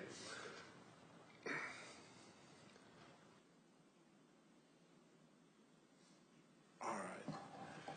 This also kind of shows you the type of cases that we handle and how they vary from year to year. You'll see that theft spiked back in 2015, but it's still up higher. One of the things that have affected that the last couple of years is the big box retailers don't call the police as often as they used to. They handle first-time offenders more internally, trespassing them from their stores and not filing criminal charges unless there are subsequent offenses or other reasons to do so. DUIs are increasing, still remaining pretty close to the same. You'll see the assault on the left with that yellow in 2013 was much higher, but you'll see in domestic violence that yellow graph being lower than it is now. The way those statistics were counted has changed, and so those two kind of correspond with one another. But you'll see that domestic violence filings are down from where they were a few years ago. Alcohol and controlled substances pretty well remain the same. By the way, if any of you have any questions or comments as I go through this, I'd be happy to answer them for you. This is a pie chart showing the traffic citations. Many of them will go to a hearing before. We used to have a hearing officer, but now the prosecuting attorneys functions as the hearing officer or someone to talk to during those hearings. And you'll see that of all of the citations filed, 37% end up getting dismissed. That's not a reflection that they're just flat out dismissing them. Many of them get diverted through traffic school, other things. And you'll see the traffic school being on the right, being 30%, where they go to traffic school and learn how to be better drivers in order to get things dismissed.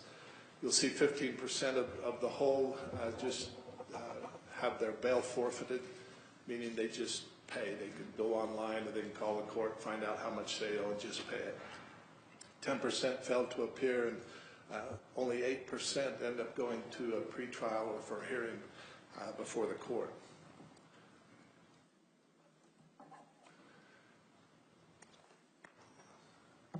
Somehow that got out of order. But there should be a pie chart for assault and DV dispositions. I don't see it. Anyway, yes. Can you go back? Scott, if you can go back to the one right before the pie chart, there was an assault. Okay. Yeah, thank you. All right. I like high-tech people being around me. It helps me. One of the big things in especially our community is domestic violence and trying to eliminate that. But you'll see of the domestic violence cases that are filed in the court, 80% end up getting dismissed. Again, that's not a reflection on how tough our prosecutors are. The problem that we have in domestic violence is just about every one of those cases, we need a victim to testify when it comes to court. Our state constitution gives a privilege to a spouse of an individual not to testify against their spouse, and people find that out, and they come and they inform the prosecutors that they're not going to testify against their spouse, and the prosecution has no choice but to dismiss the charges. 14% end up pleading guilty to the charges. Part of that dismissal pie also includes those that end up getting dismissed through what we call a plea in abeyance, where they actually come and enter a plea. We hold that for a period of time. If they pay a plea in abeyance fee, get some counseling, and have no further violations, it gets dismissed. You'll see that 4% don't appear and go to a warrant. 1% go to a non-jury trial. 1%, or excuse me, 0%, or only 2 cases went to a jury trial where they were found not guilty, and another 2 went to a jury trial where they were convicted by the jury.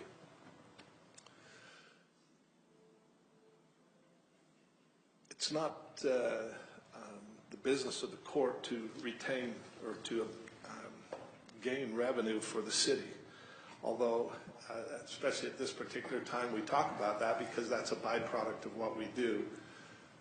You'll see that over the last 7 years that revenue that the city realizes from fines and forfeitures is on a steady downward slope. And if I could bring that first graph up, I would show you that that basically mirrors the traffic citation and the tendencies that go along with how many traffic citations have been filed from year to year. Back probably 10 years ago, the city was retaining closer to the $2 million figure in fines and forfeitures. Last year it was 1,184. I'm more than happy to entertain any questions that you might have for me. Thank you very much, Judge, and it looks like I've got at least one. Councilmember Burton. Yes. My question is, thank you, Mayor Pro Tem. My question is on traffic. Do parking tickets fit under traffic, or where do parking tickets fit in this category? Parking tickets would be included in the traffic enforcement, yes. Okay. And then in West Jordan, when it comes to parking tickets, that's quite a common, what's a good way to put it? For example, snow removal, we have problems with people parking and other times. What is a good way for you to have these parking violations to come to you? Well, they come to me by way of citation. There is a problem with parking citations, though, because there's not a person there when the officer generally issues that citation. Unless they sleep in the car. They put it on the car, and the Supreme Court years ago ruled that you can't necessarily hold the owner of the vehicle liable for someone who may have parked it there. The city has to prove who parked it there. So I don't have to pay my Salt Lake City tickets? Well, I'm not going to give you legal advice, but there are other ways to prove those. That being said, There was an incident probably a year or two ago where snow removal was a problem in particular areas, and so the police department went out and they put a lot of paper on a lot of windshields. And there were a lot of irate people calling City Hall and calling the court, registering complaints about having these tickets and why does the city have to issue tickets, why couldn't they just do warnings and those kind of things. The end result of all of that was most of those tickets were dismissed. They didn't have to pay anything. But what it did do is it educated those people on the fact that we don't want them parking on the street when there's snow removal going on. So, Okay. parking tickets aren't necessarily a bad thing. They can be good. And the other question I have is we look at these numbers going down. I know our police officers are extremely busy because when I do the ride-alongs, I look at their little chart on there. It's very full and they have a lot more happening. So I'm supposing that maybe they're not spending as much time doing trafficking as they are doing all the other categories. So am I to understand that perhaps, and maybe Chief Davis to help answer this better, but am I to understand that perhaps we're spending more time on bigger crimes than we are on traffic or different crimes that don't make it all the way to you? Yeah. I obviously cannot speak for the police department, and I know there's always short on officers. You'll see from, if I could get back there, you'll see that the criminal cases where we spend most of our time is in the criminal area. Those cases are slightly up. Why specifically traffic enforcement is down, I can't say. That's a function of the police department. Thank you. Any other questions? Yep, we do. We got a few more. Councilmember Whitelock. Yes. And Judge, I'm not sure if you'll be the one or Chief Davis, but I was just curious because I hear that we have a large drug problem in our city. So I was just curious about how many narcotics detectives we have and what we had in 2013. So I'd just like to know what we had and what we've got now. Well, my take on that is the drug problem that we have in our society doesn't always reflect drug charges. Those thefts that are up there, the assaults that are up, controlled substances, all of it is up. And I don't have a study, so I can't give you an exact figure, but I would venture to guess that 80% of the criminal cases that I see are somehow drug-related. It's a big problem in our society, and it affects all of us in different facets of our lives. Thank you. If we could get that information at some point, that would be great. Yeah, I'll get that. Can you answer at least how many narcotic detectives we have at the present time working for the city? Yes. Right now, as of 2013, I'll have to research that, but as of right now, we have slotted just for the city narcotics unit, we have 3 spots, although we only have staffing for 2 right now. Last year, just in calendar year 17, we again still have 3 spots for the city narcotics positions. However, half the year we only had 1 narcotics detectives, and his sole job wasn't to go out and be proactive. It was basically a clearinghouse, taking care of cases as they come in and filing them with the court. And then halfway through the year, we picked up another narcotics detective at that time as well. So, and that's all due to staffing levels. Thank you. And if I could just clarify also, because of those detectives, the work they're doing, some of them obviously appear in the district attorney's courtroom, felony matters.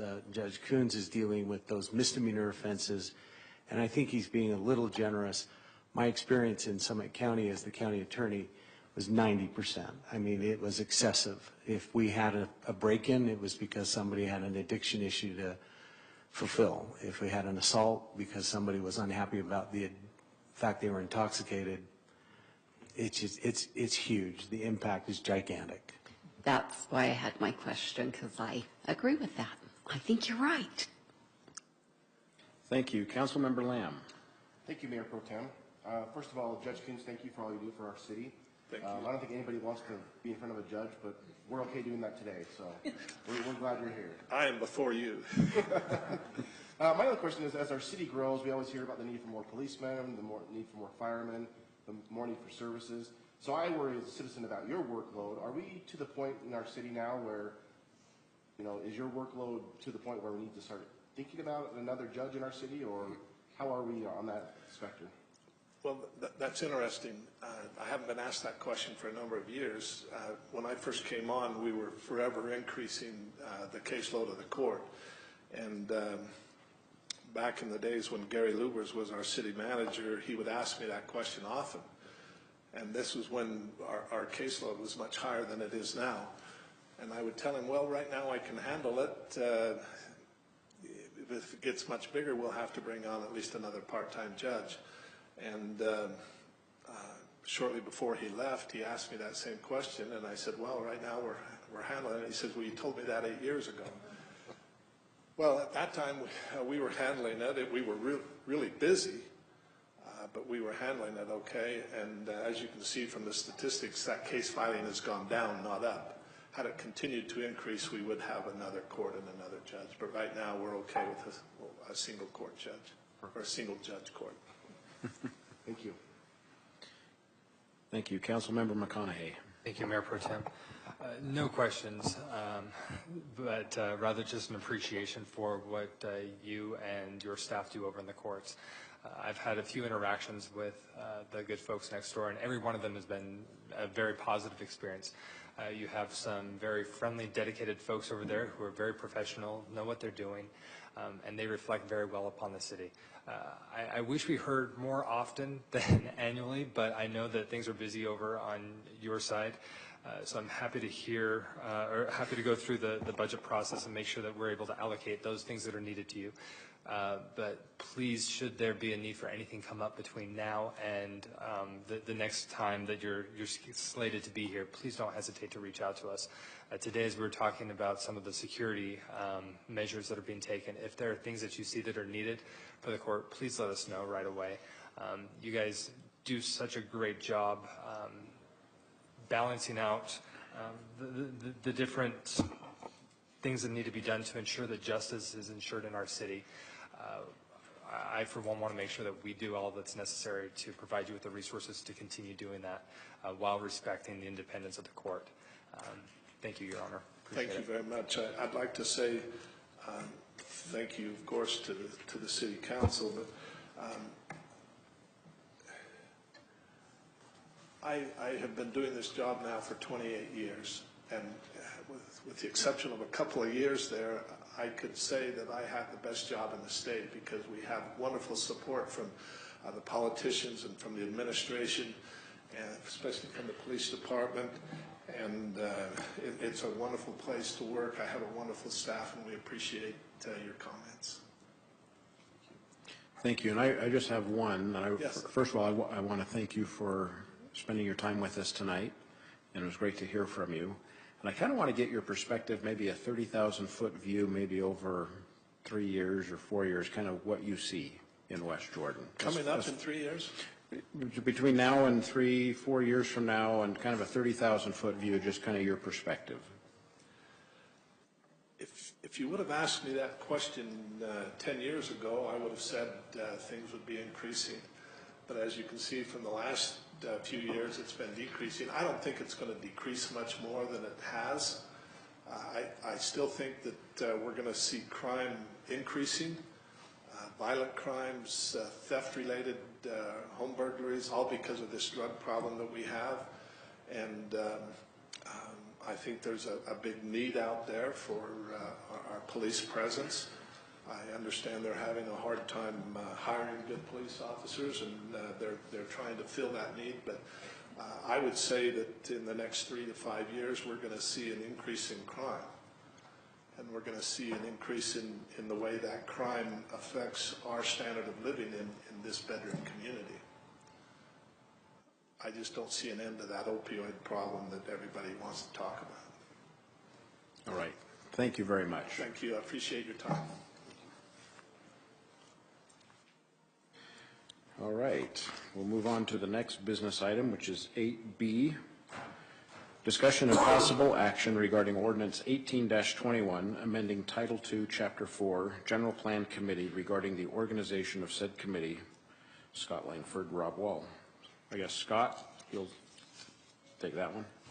I got it. Thank you, Mayor Pro Tem. Brief history on this. About a year ago, there was a lot of discussion amongst staff, amongst the City Council, amongst the Planning Commission about a fairly alarming trend that we saw. Nearly at every meeting we had, there was a request by a developer to change the vision of the city. In other words, change the future land use map. We viewed it as a death from a thousand cuts. And so last June, the council adopted an ordinance that listed a quarterly systematic review of all land use map changes. Now, at that time, we unfortunately did not address the ordinance that is before you tonight, which would change some parameters associated with our General Plan Committee. In the past, our General Plan Committee was used on an ad hoc, as-needed basis, especially when we were doing major overhauls of our master plan, our general plan. Because of that discussion last year, the staff and council felt it appropriate to use the General Plan Committee in a more routine manner and review these proposed changes to the future land use map. These, just to put it in context for the council and the residents and citizens here tonight, the future land use map, if you change that, there's often a huge domino effect. If you increase density from what is shown on our colorful map, oftentimes that will impact transportation, that can impact the parks and recreation, that can affect, you go down all the departments here at the city and that can have a major impact, water and sewer especially. We run sophisticated models based on land use. And if we willy-nilly just change the future land use map, we run into additional problems. And so with those changes last year, we started to get our General Plan Committee up and running and trained, and so the changes before you tonight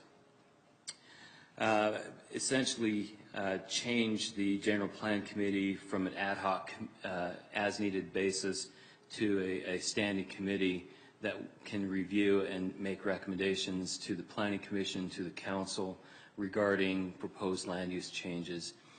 Their job as we look forward to the future is not just going to be reactive based on what the planning or what developers bring to them, but rather we see them reviewing critical sensitive areas of the city, neighborhoods for example, and be a little more proactive. Our joint Planning Commission meeting, City Council meeting next week, we will also have the General Plan Committee there with us. And we'll take the opportunity to focus on two hot areas of the city. And so that is the proposal before you tonight, essentially making the change from an ad hoc to a standing committee. All right, thank you. Councilmember Burton. Thank you, Mayor Pro Tem. So a couple of meetings ago, we had a land use change. It was a very small one. And I was concerned that we're just doing it in little bits and bites and pieces. I'm hoping this is going to be part of the change of that. But part of my thought is we do need a land use committee. So when that change happens there, that all the other changes, that the domino effect, get taken into account, and perhaps those are changed at the same time. So when that comes before us, instead of just doing that one little change, it might domino a couple other things that need to do to accommodate that change and oversee the entire thing. So as a result of that, I agree. I don't like to have the idea that the land use map changes frequently, and when it does, it has to have some extra care put into there because one thing affects another and carries it on that way. So with that being there, the concern I have with the way this is worded now, it makes it look like a developer now has an easy avenue to go in and make a land use change and then go meet with the planning commission and then come to the council. And they just go in there and meet with them and, okay, we can make that land use change, now we can go to the other couple of steps. Whereas my envision on what this was when we talked about it was we have made some of these other changes. We haven't made a big change to focus with the small changes that have been there. And we'd like them to look at the whole picture and see what changes need to be made in there. And then present that to us and we can adopt that so that we have a complete land use instead of just spots that are in there and it fills the entire city. So how will what is presented here fill that?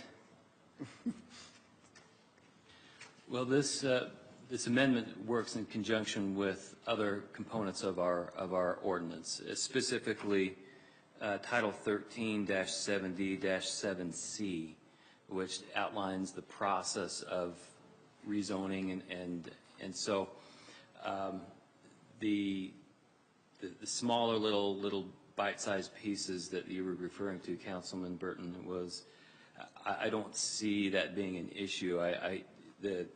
If you look at that particular part of the ordinance, it calls out specific dates where the commissioners will review that and then make a recommendation as a complete picture to the council. I don't know if that resolves your concerns or addresses your question per se. Well, I guess let me rephrase. My concern is if we have them as a standing committee and a developer comes and says, I have this property here and I want to make a zone change over there. They say, well, you'll also have to make a land use change. Oh, well, when do they meet? Such and such a date. Oh, let's do that, and we'll make the land use change, we'll make the zone change, and we'll go meet the council and make it all happen. I don't want to make it difficult for a developer to do it, but I don't want them to make them think because we have these meetings scheduled that we're willing to willy-nilly change our land use every opportunity they get. On the other hand, I don't want to burden them with an extra layer of red tape that if it really is an effective way to go do it, that we make it more expensive, more difficult for them to accomplish something that actually makes it better for the city. But I like to have our land use have some strength to it because that domino effect, because it goes across the whole thing, that we kind of get it and fasten it into place and maybe, if we meet quarterly, we do that not because the developers are in line to do that, but because we saw some other changes we needed. Then the developers come and say, this is what the land use is, we will build according to what the map is and help strengthen that, I guess, where I'm looking. So I don't know if this helps, but there is a provision in 13-70-4C that allows my department, planning committee, the city council to sponsor a change or move ahead with a change, and not have to wait for those quarterly meetings. So if we are meeting with developers and we can get on board with that, and we in our opinion, our professional opinion, feel that would be a good thing, then we can move that ahead. Okay. It's those things that cause us real angst that would really cause a major shift to our utility plans or whatever. We want to look at that in a bigger context. If we're just dealing with some small stuff, we can move those forward. So that's already in the code. And that's good to hear that. I appreciate that because even though I want to have some stability, we have to have the flexibility at the same time. So I believe we have that. Okay. Yep. Thank you. Councilmember McConaughey. Thank you, Mayor Pro Tem. I need to see if there's a way I can share my screen, and our clerk has stepped out momentarily. There you go. I think you're on. Nope, that one's No, not that's- me. Let's see. Is it content?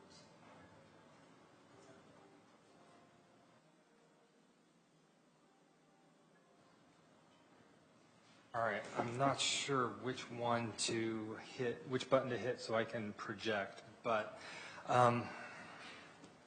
Joel, could you see if you could find Melanie real quick? Thank you. While we're stalling, Is there a code section or something I can help you with? yeah, Title II, Chapter 4, Okay?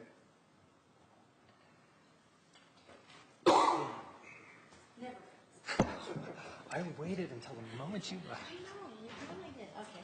I'm not, okay, this time I'm watching seconds. Oh, wait. I think you're right. I like to think that, but that's not always the case. Are you right or left? Is it doing the split I think screen left. thing?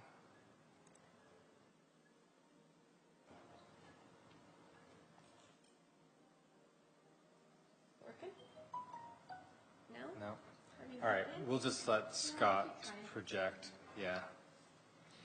So a little bit of additional background. And I'll wait till this one's up. Yeah. You can put it back on Scott. He's got it coming up. Okay.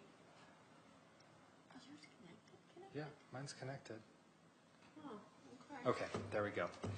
So, starting here, the reason the general plan committee was created was to help in the preparation and adoption of a comprehensive long-term general plan for land use, growth, and development. It was kind of a mission-specific committee. If you look under the powers and duties section, General Plan Committee shall serve as an ad hoc advisory committee to the Planning Commission and the City Council. They only serve when needed in preparing updates to the comprehensive updates to the general plan, and they've got a year to do that. It goes on, talks a little bit about the appointment process, but that's how the General Plan Committee originally came to be. We had a number of folks who served on that about a decade ago and helped us substantially with the future land use map that we've been using, that we use now. Now, over the last few years, we have seen a lot of people come up and request changes to zoning, changes to the future land use map. So over the last couple of years, we've asked, we being the council, prior council, asked that we reinvigorate the General Plan Committee to evaluate the future land use map. Specifically, we had concerns about what was going on with kind of the area around 5600 West, 7800 South, 90th South, and so on. Mountain View Corridor was still kind of just barely being conceptualized when the prior plan was submitted. So there are the current actual use of the map, or current actual use of the land doesn't necessarily jive with what was on the future land use map. We saw a lot of times where we would make changes to zoning because, well, yeah, they're asking for this, the future land use map says something else, but in reality that's never going to happen, so we'd have to capitulate to the developer. The idea was that let's have the General Plan Committee come out and reevaluate the future land use map and make recommendations so that we can minimize the amount of work that's coming forward. I think there's been a gap between what was anticipated and requested by the council and what ended up being articulated and designed by staff. I think some of the communication just didn't connect on some points. So when we had ordinance 17-41 pass last year, it, at least in my position as I thought about it, the idea was this is going to minimize the number of times an applicant can request a change to the future land use map. It was going to be done on a quarterly basis, and it was going to be done to help streamline what's going on in the planning department. They lose a lot of time by jumping back and forth between the regular items that they have and then trying to jump for a future land use potential change that may be out in left field. And there may be, anyway, the idea was to try and streamline the process, minimize wasted staff efforts. I don't think it was clear to the council at the time, but as that was done and the ordinance was passed, there was also one little line in there that said those future land use map changes would be reviewed by the General Plan Committee. I don't recall any conversation about that as a council. There may have been something that happened with staff prior, but I don't recall us ever talking about that. So this year, when January comes around, I want to see what was going on with the General Plan Committee. I was a little surprised to hear that they were listening to basically a pre-hearing for something that would go to the Planning Commission and then would later come to the City Council. It seemed to me like there was an additional level of bureaucracy that was added, and I don't know that that was the intent. My intent in supporting Ordinance 17-41 last year was to group all of those changes together on a quarterly basis to help save time from staff. I had never intended, there may have been others with a different perspective, but I personally had never intended to make the General Plan Committee a standing long-term committee. We already have the Planning Commission, whose role is to meet on a regular basis to handle these more routine issues. The General Plan Committee, as is notated here, and my understanding, is to look more holistically at everything that's going on throughout the city and say, every few years, does this still make sense? And it's a group of residents that says, here's what we think you should do, here's how the city's changing. I think we lose a little something when we get tied up in the weeds and the routineness of the process as these changes are coming. And I think it's beneficial to us to not have a standing general plan committee, but keep them as ad hoc. So that, believe it or not, was the short version of my thoughts on this, how we started with the general plan committee, what their role was, how it kind of modified, and now it's brought us to the point where we're being asked, do we want to make this a permanent standing committee? I for one, don't. I would rather we go back and we change the code that requires all future land use map changes to go through the general plan committee and leave it just the substantial ones, as were notated here, the comprehensive updates. Leave those comprehensive updates to the general plan committee, and the minor ones would continue to flow through the Planning Commission and then on to the City Council. So that's my perspective. Thank you, Mayor Pro Tem. Thank you. Councilmember Whitelock. I almost think maybe I've sat too long next to Councilmember Jacobs because I feel like I'm kind of channeling what he would say. But I feel like we're growing government here, and I don't believe that's what our citizens want us to do. And Councilmember McConaughey expressed it well, and so I won't repeat what he said, but just to say that I agree. I'm happy to have it a committee that meets when needed, an ad hoc committee. I think that's a great idea. But to have them meet regularly, I feel it's another step that another hoop to jump through, and I'm not really a big fan of hoops, so I'm not in favor of changing this. Thank you. Councilmember Lamb. Thank you, Mayor Pro Tem. I think there's 3 of us in a row that have the same idea, which is great as a city council, I guess. Everyone always has their opinion. Most of you on the council will hear me say from time to time, we don't want to have a meeting just to have a meeting. And I'll use the same wording here. We don't want to have a committee just to have a committee. I believe there are many citizens that would want to serve on this. I believe there's many citizens that would want to put in their input. But do we need another committee to do that? And I like what it says here. You know, this is a committee that will serve when needed. I'm not sure that we need a general plan committee to meet on a regular basis because the general plan shouldn't change on a regular basis. It should stay pretty consistent and change when needed. So I just want to reiterate that I agree with both Councilmember Whitelock and Councilmember McConaughey in their words. Thank you. Thank you. Councilmember McConaughey. Thank you, Mayor Pro Tem. I move to deny ordinance 18-21 and would give direction to staff to bring back whatever's necessary to correct what was passed in resolution or ordinance 17-41 that requires the general plan committee to hear all land use changes. Okay, we have a motion.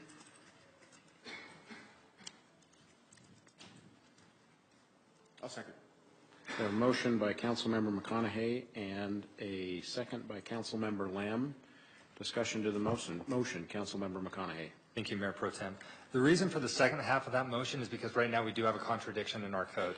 We have one section that says this is temporary, as needed, ad hoc, and we have another section that says they need to hear everything. So it kind of goes without saying, but I want to say it anyway, that we need to correct what was done. So that's why that little addition. Thank you, Mayor Pro Tem. You're welcome. And Scott, if you could go back to 2-4-1.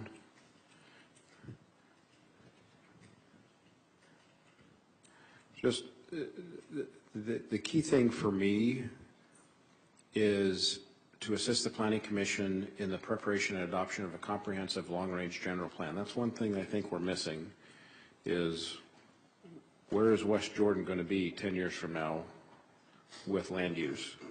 And I don't know that, I kind of, in agreement, I don't know that I want the general plan committee to meet on these little things, but rather long range, 10 years, 20 years out. This is where we want a future university. This is where we want a future business. This is where we want this. And it's kind of separate from the planning commission, but it does provide an ability for developers that want to change the land use to go before a body on occasion to say, you have this design of, or you have this general plan of A, and we want to propose a B. And so it's kind of out of the process of approvals, but this is something, in my opinion, just my short time on the council, that we're missing is long-range general plans. Where are we going? Where are we headed? Where are we headed with solid waste? Where are we headed with water? Where are we headed with economic development? And we've got to have that vision. And so that's kind of my my thought on that. All right. Any other discussion? We have a motion. Okay. Roll call vote, please. Councilmember Burton? Yes. Councilmember McConaughey? Aye. Councilmember Whitelock? Yes. Councilmember Lamb? Yes. Mayor Pro Tem Anderson? Yes. Vote passes 5 in favor.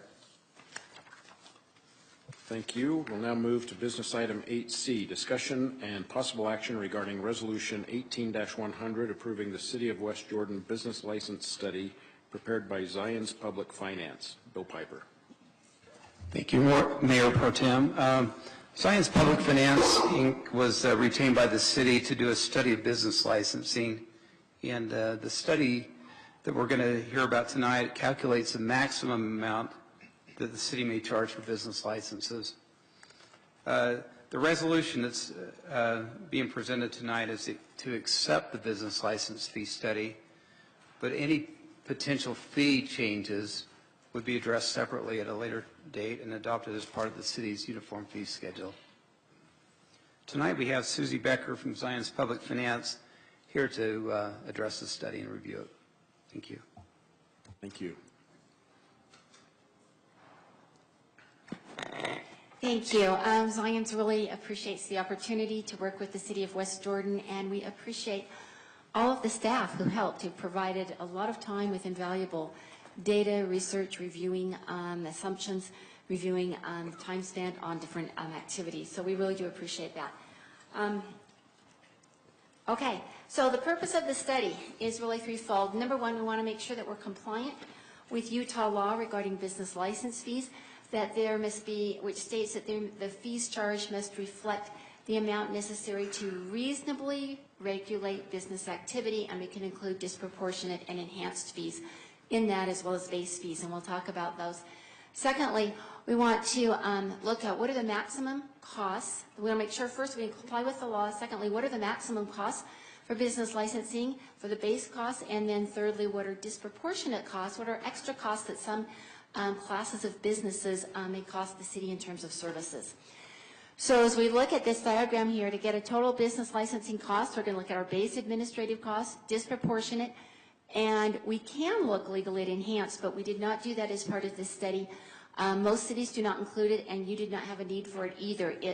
It's really unusual. It's like on Park City when they plow the main street up to the ski resort by 8 a.m. every day. It's an enhanced level of service, or those hanging baskets you see, you know, or in an urban area, really high crime. You have a lot more police patrols because of higher crime. We did not have any enhanced levels here, but we do have a lot of disproportionate, and I will go through those.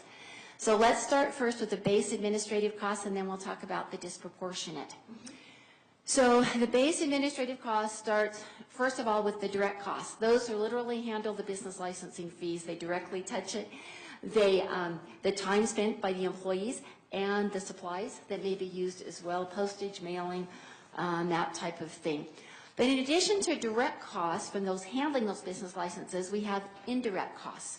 They fall into two categories there under overhead. You're going to have those indirect costs right within a department, from the supervisor, from others in the department, training time, that type of thing. But it also ties in as part of the business license cost. And then outside of that department, we may have a little bit of time from our attorney's office, from the city managers, from other departments, just in running the city that also help with the business licensing department. So all of those costs are added into the study. That's the base cost that everyone would pay. Then it differs for some businesses based on disproportionate costs. Disproportionate costs come of two types. What first are, I call them sort of, it's easy to think of them as planned and unplanned. The planned ones are the regular inspections that we do for certain types of businesses every year or every other year because of the type of business they are. Maybe they store a lot of hazardous waste, or they provide alcohol. Those types of things require some added supervision, and there's a cost to sending out the police or the fire teams to check these out. So that we can count as disproportionate regulatory. And then we also have what we call disproportionate service, the unplanned. It's the 911 calls for service that you have to respond to, but you don't really know when they will happen. And we find that there are some categories of businesses who cause the city a lot more responses for disproportionate calls, for city calls. So let's look at what some of these are. And talking about disproportionate costs, some cities in the past have done it on a per employee basis, but everyone is shifting away from that because it's very difficult to show that there's a reasonable relationship between employees and the costs actually incurred by different business types. So we did just here a little scatter graph for you of two different types of businesses. On the left, and they're very different types. On the left is business and professional services, and on the right we have convenience stores.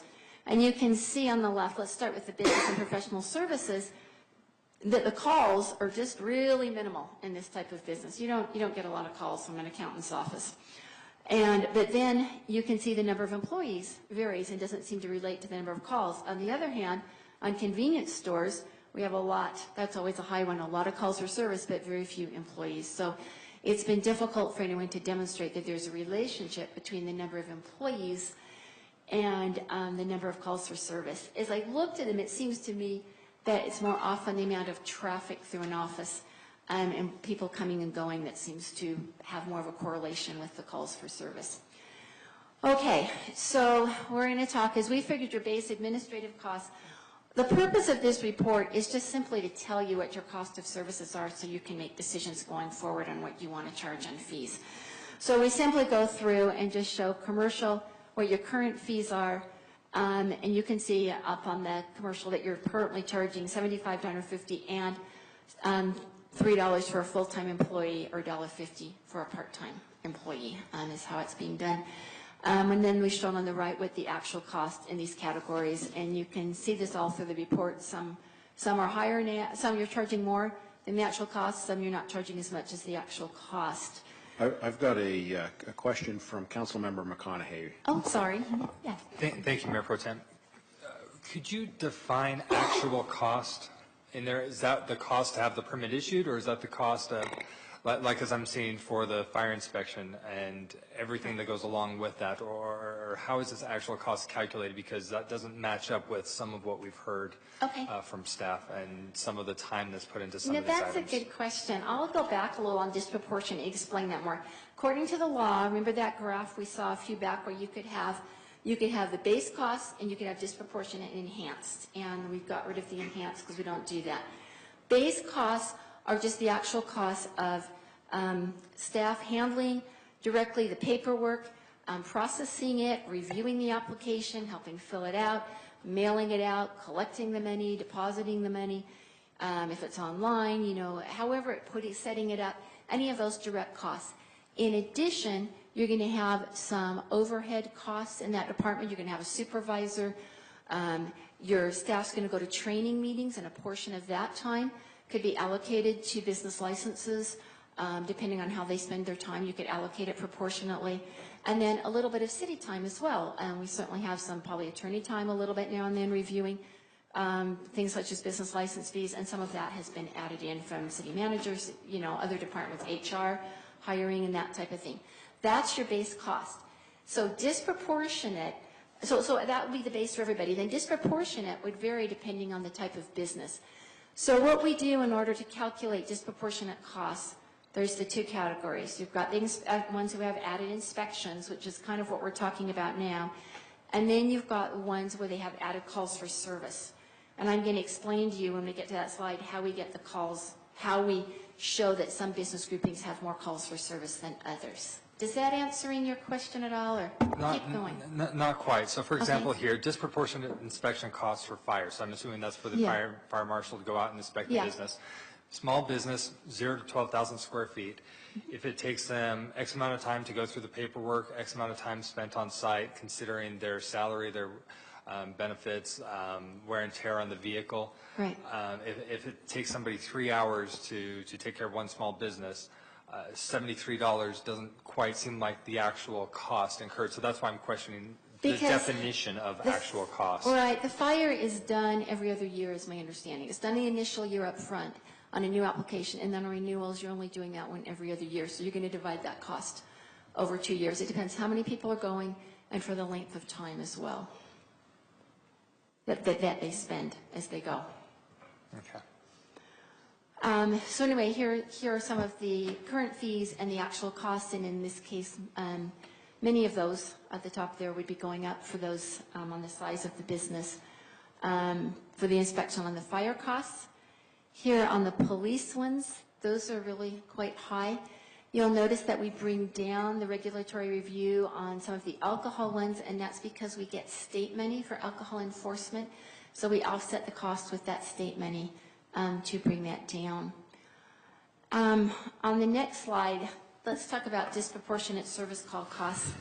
I might add in here, I was going to say this up front, that this study was done by Scott Aylett at our firm, and he left about 2 weeks ago, is now working for Spanish Fork. So I am here presenting this for you, but I'm very familiar with business license fees, although I didn't actually work with your staff doing this, just as a way of background. So disproportionate service call costs. So what we have to do is first establish a base in order to know what's disproportionate. So those are the average number of calls on police or fire per basic residential unit. Then any other business that is above that. So suppose a business gets, on average in a business class, it gets 1 call per year, and an average home has 1 call, half a call per year. The disproportionate would just be half, that difference, 1 minus a half.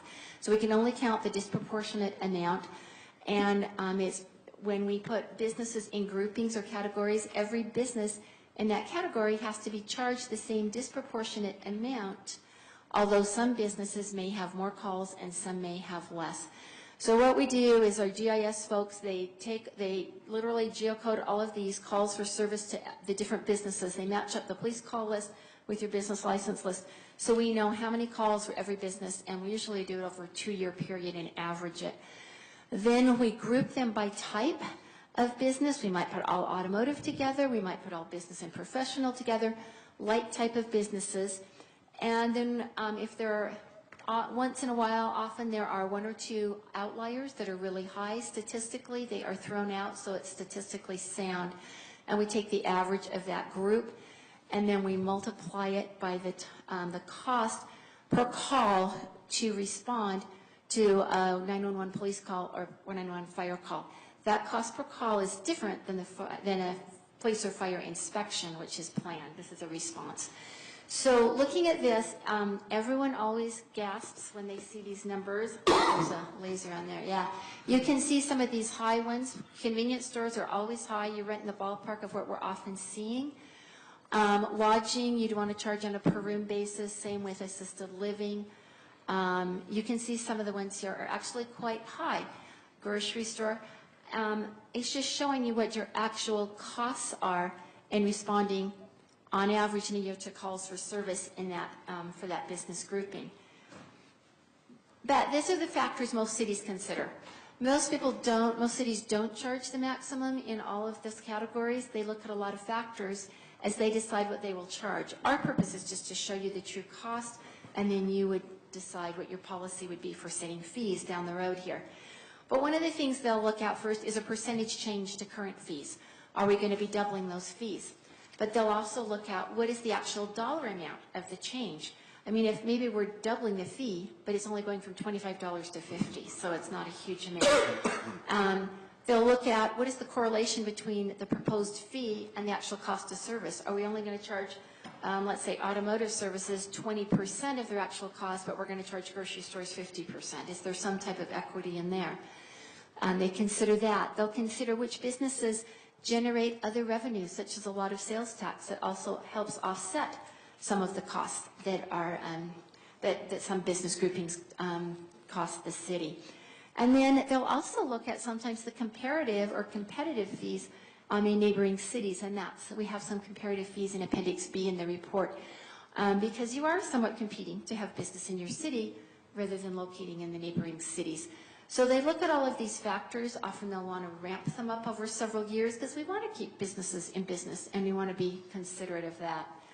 So when you look at these total licensing costs, and these would be for new applications, we have here, we've looked at a base cost. This is new. Again, this is not renewal. Renewals are like 42. First time you're going to have development, planning, and zoning, looking through things here. We're going to have building inspection, fire inspections, police. And like I said, some of these are every other year, as you were pointing out. And some categories are every year, some are not. So we see a lower cost. Then we see disproportionate. Those are the disproportionate calls for service that we were just talking about. You just saw that chart, and you would add those together for a total cost, and that would be on a new application. The ones on renewals are in the report, but we don't have these on, generally speaking, on the renewals. And that's just the second page of these as well. The last slide here is just showing us what can happen with revenues, and this is typical for most cities. Right now, you're getting about $400,000.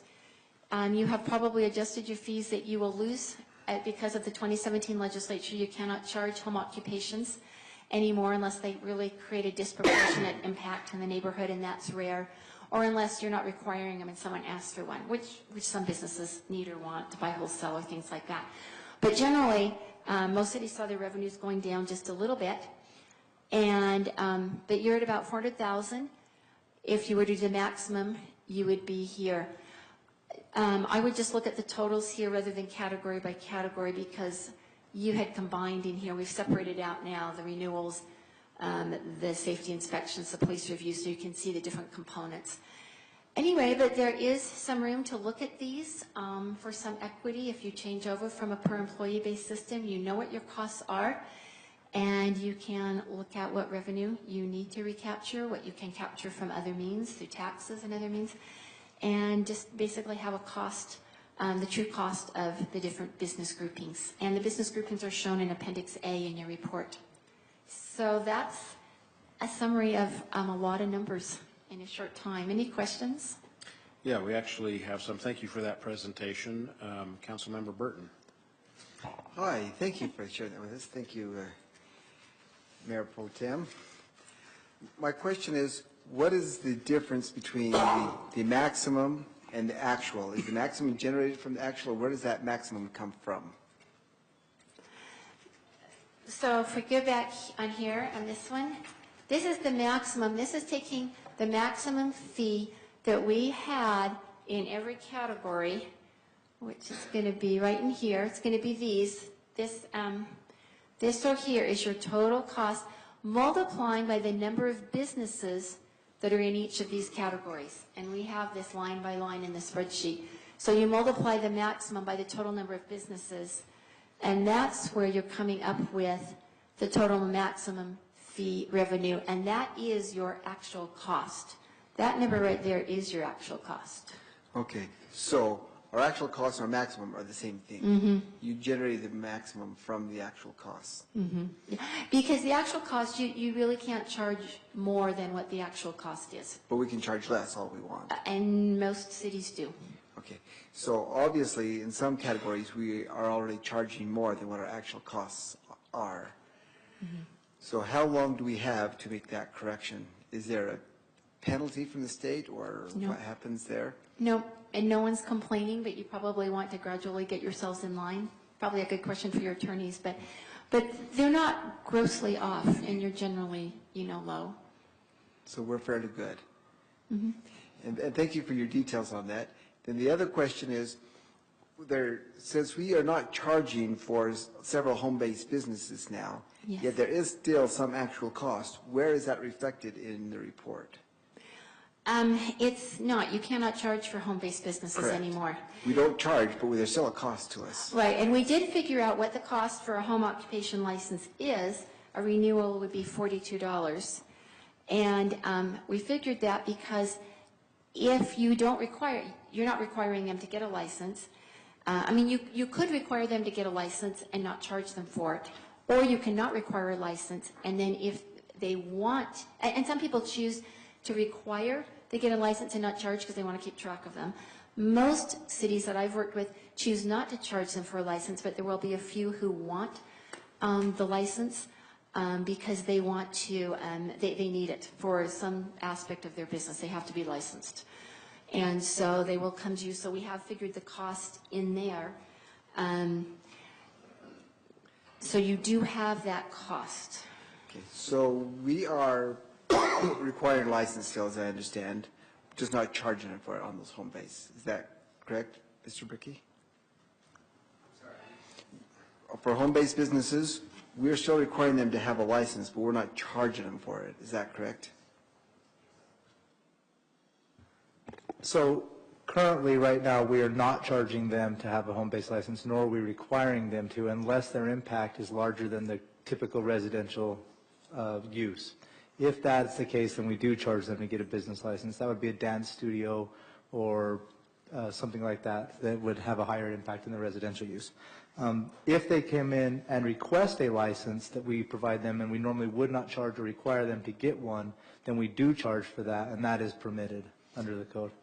Okay, so we may have some home-based businesses that are not licensed, and we don't require them to be licensed. Is that correct? Currently, that is correct. Under the code, you could still require them to be licensed and not charge them. You just can't charge them to get a business license. And some economic development departments in cities have gone that route where they do require home-based businesses to still be licensed, just don't charge for it. That way they can use that data for grants and other information as they're pushing forward their economic development. And we're looking at if that's a possibility for us right now. Okay. So coming back over here then, because some home-based businesses are still paying for license and some are not, is that correct?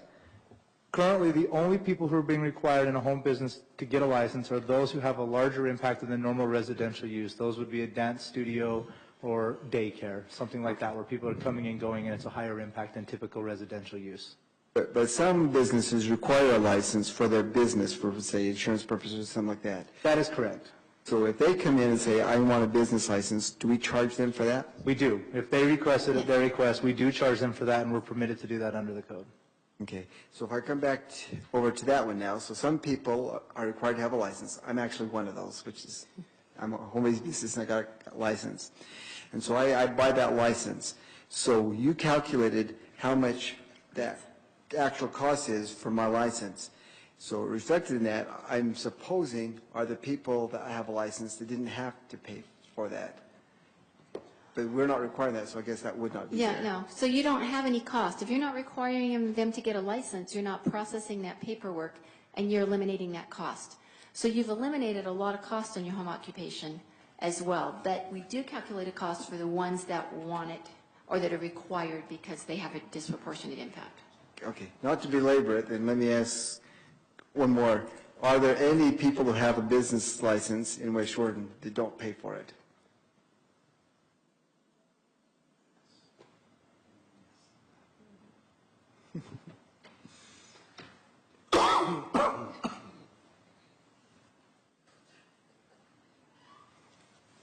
Okay, the question was? Is there anybody in West Jordan that gets a business license that does not pay for it? Yes. Okay, so where are those actual costs reflected? Where does that go? Because we have the actual costs on our list, where is that calculated? I don't know. Right now, Council there member. is some that are getting licenses without that aren't getting paid. Mayor Pro Tem, could I ask maybe a response and question? Yes. Is the question, where is that reflected in this study, Or Yes. where is that reflected in the city budget? Yes, because the study says what the actual costs for business licenses are, and so there's some actual costs to issue them a license that we don't charge for, and I'm just wondering where that is reflected in the report. And it's not. It's probably not. And how many would it be? A couple of, what, nonprofits, or who's getting a business license that's not paying? Insurance doesn't have to pay for them. We do have some that, because of the legislation, with our new system and everything, we're still trying to work all of that out. Could you slide to the mic, just so we're getting? I'm sorry. Thank So you. with our new system and with the new regulations, we're still trying to work that out. Who gets free licenses, who doesn't. We're still at the point where if they have low or no impact, we're still granting some of those licenses. If they call us and tell us that they want a license, then we have that opportunity to charge them. But at this particular point, we're not until we figure out what the impact is. So. So to answer your question, I think the study takes those into account because we included all the businesses. You may not be charging for some of those because of your policy, but we've included every single business that you have on your business license list in a category and have multiplied it out unless it's a home occupation that we don't charge for.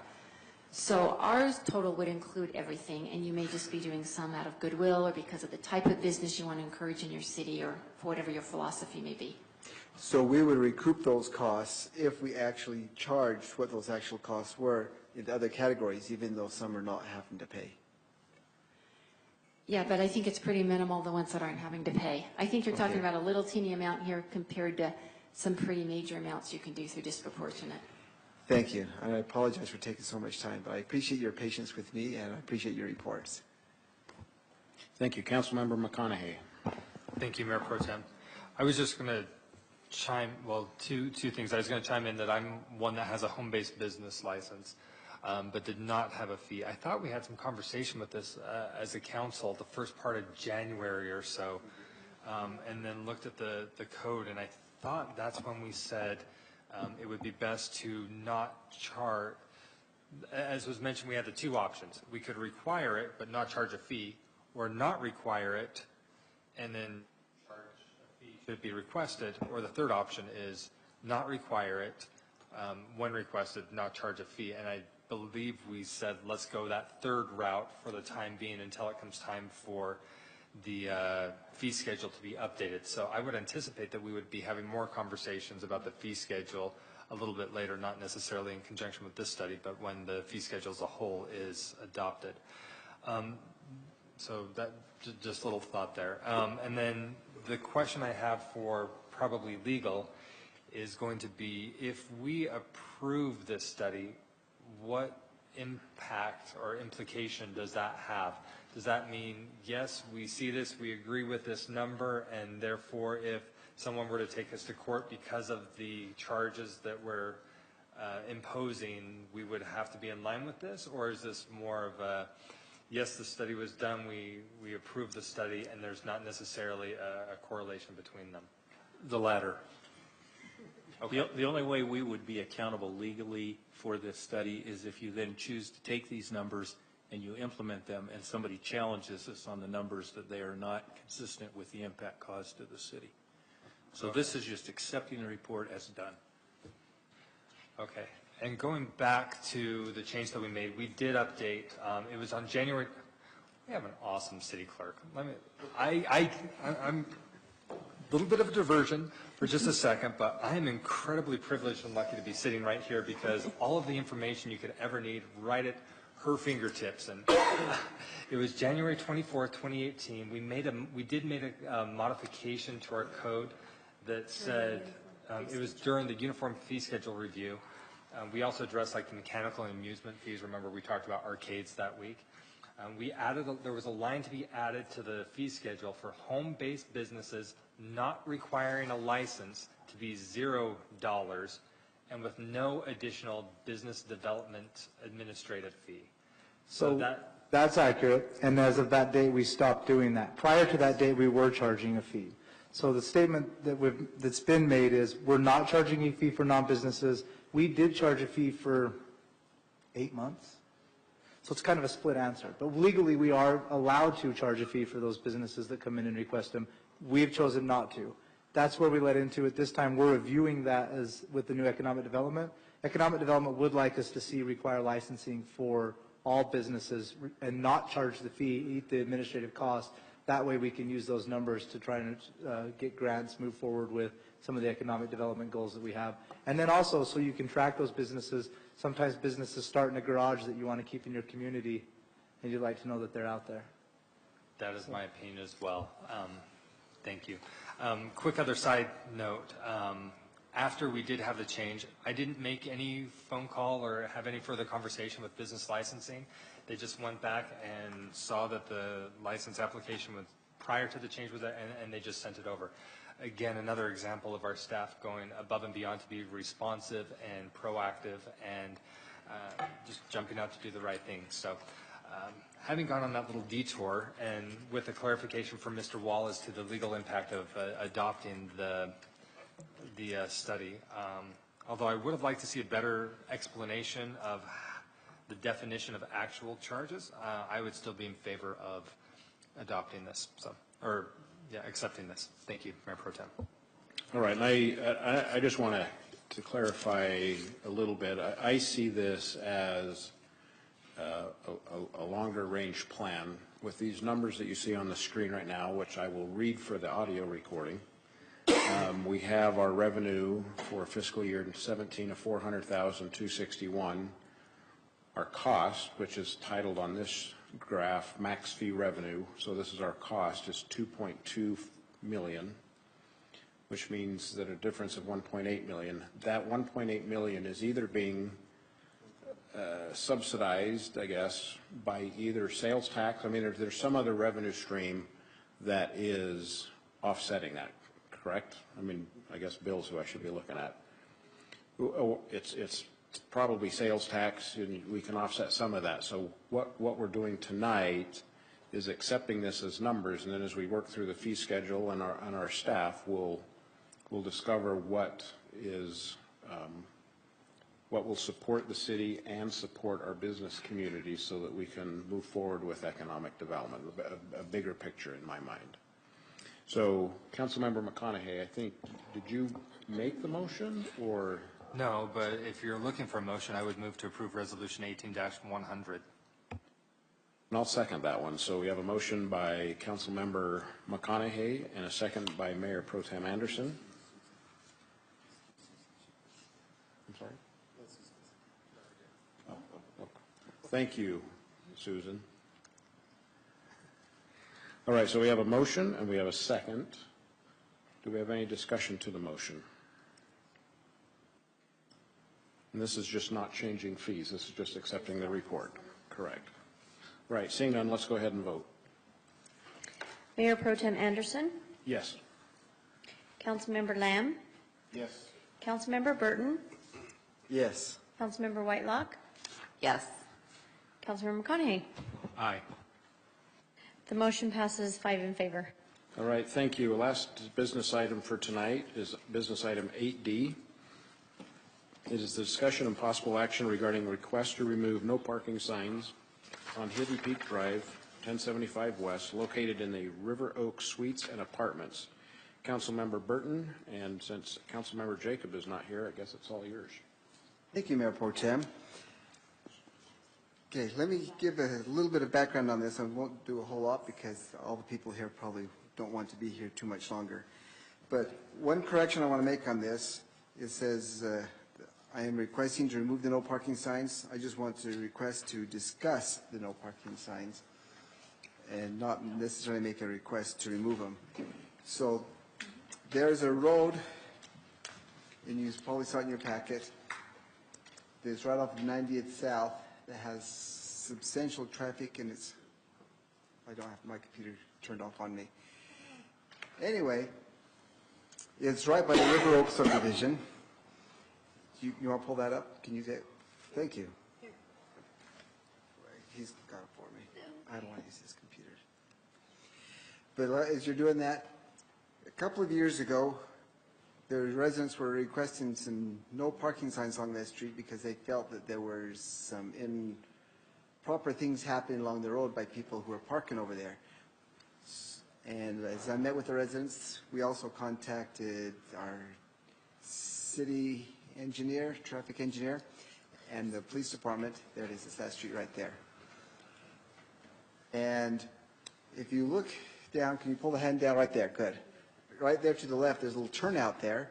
And so what was decided, they wanted to put some barricades in there, but police didn't recommend the barricades due to people could hide behind them. They thought there was some maybe drug deals or something going on there. So they decided to put some no parking signs in that little piece right there, which have now been removed because there's some construction going on.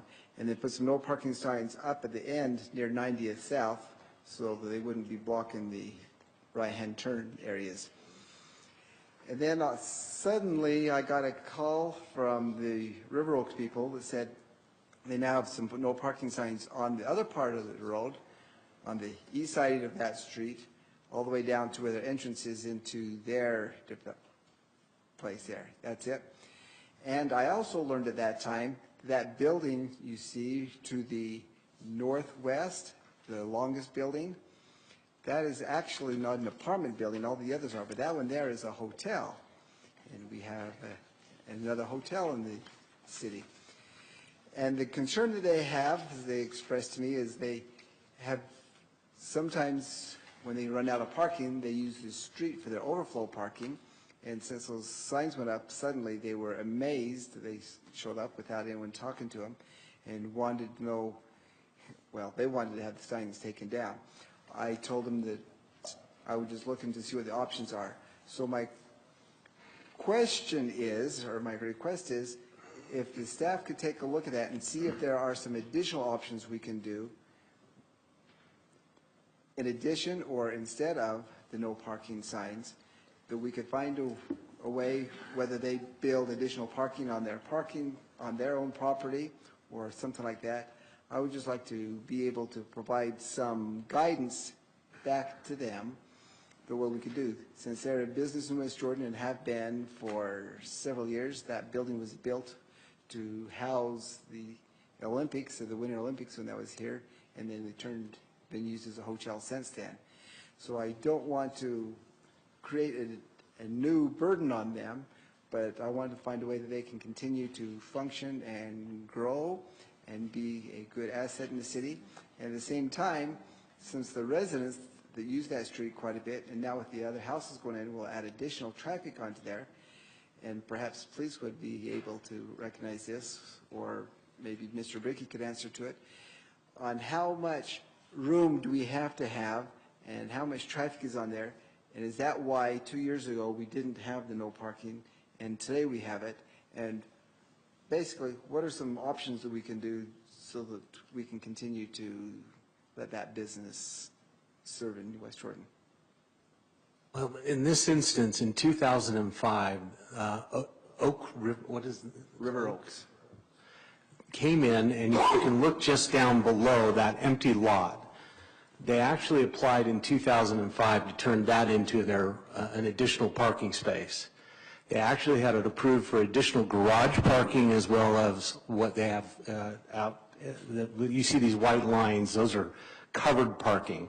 They actually had it approved which would have provided overflow parking for the facility, which, as I understand it, has 60 rooms. They chose instead to sell that lot. But the city at one time did approve that? Yes, in 2005. After they sold that lot, they are now relying upon the citizens to provide off-site parking. They want that street parking, and it's basically the area of where the tree is that's adjacent to their hotel, just to the, what would be the west. That area down to the curb that turns into the facility, if they came in and they asked for permission to realign the road, they could create maybe 4 parking spots similar to what we've done at the TOD, where you could design a road that or a section of the road that would allow for off-premise parking, but allow them to designate it for themselves. I'm told the cost of that could be $500,000 because there is a fire hydrant in that area where it narrows. At the very mouth, it's 35 feet. and that allows for the turn lane that goes to the right and turns to the east and allows for traffic to turn to the west. At the narrowing where the fire hydrant is, it's about 22 feet. Down at the entrance of where the entry into the hotel is 27 feet. So we don't have a consistency through that lane, and it's always been the planning department, engineering department, when the projects or whatever might happen to the west, they would accommodate and widen the road. But what you're asking for, they created. And I don't think the citizens who are down the street who are having trouble getting out onto the road when they called Mr. Bernowski said, we're concerned about people parking on the right side of the road and the left side of the road. And then when they would travel down that road to try to get to the 90th South to turn, people coming out of the hotel would swing into the oncoming lane. To get around the cars that were parked. Sorry? They were swinging into the oncoming lanes to get around the cars that were parked? So Correct. That's what Mr. Bernowski shared with me. He chose to shut down the traffic on that, or no parking on the right side, because there was allowed parking on the other side of the road. He technically could have shut down both sides, but thought to himself correctly that that would have created even more problems. Thank you. And I see there's some others that want to make some comments, so I'd be happy to give up the position for this, if I may, and turn it back over to you, Mayor Pro Tem. Thank you. Councilmember Whitelock. I just have some questions because I drive by there fairly regularly. I didn't know that was a hotel, and I just want to make sure that they're paying what they should and that it was approved to be a hotel and that everything's kosher aside from the parking, because I thought we were dealing with an apartment complex, and if it's a hotel, shouldn't they be required to have X amount of spots with so many handicap spots? This is a different type of business than a... It is a different type of business, and I think we were caught a little off guard of what it was as well. I pulled the data from when this was passed. It was passed in 1997, and it was permitted as, because of the zone it's in, that it would be allowed to have a minimum of 50 hotel rooms. The way that the agreement was written, it was required to have a minimum of 50 hotel rooms. So it's at 60. I was pretty surprised when I found out it was a hotel. I was more surprised the way the wording was written, that it was required to have a minimum of 50 hotel rooms. Not a maximum, but a minimum. And so I did a little more research, and it's because of the zoning requirements at the time as to why it was structured that way.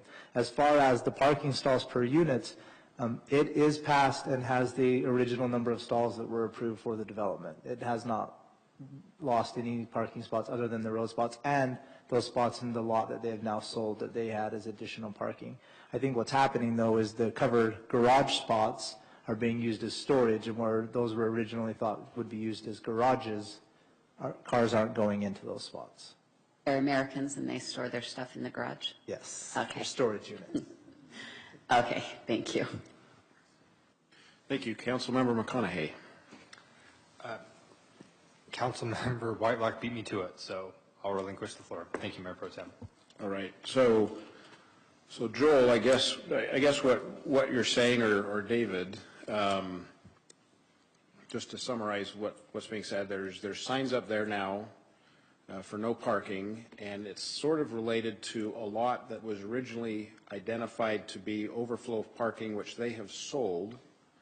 And so now they don't have a position for overflow parking. So as you were saying, it's kind of, they've kind of created their own issue. Is that a fair assumption of summary? That is, and when I went out and looked at this problem yesterday, the dirt lot that there's just to the south of the development, that has actually been, a Traco is in there and they're digging a basement for a foundation. They're constructing some type of a building on that parcel. So it's no longer can be used as a parking. It has been sold, it has been permitted, it is being built upon at this time. And so let me just ask one more question on that, and then I'm done. But so when they did the permit back in 1997, did they I mean, it was defined as overflow, but that they could sell that separately? So in 97, when the project was built, it did not have that overflow parking, and parking became a problem from the beginning. And so in 2005, that's when they came in and requested that that lot become overflow parking.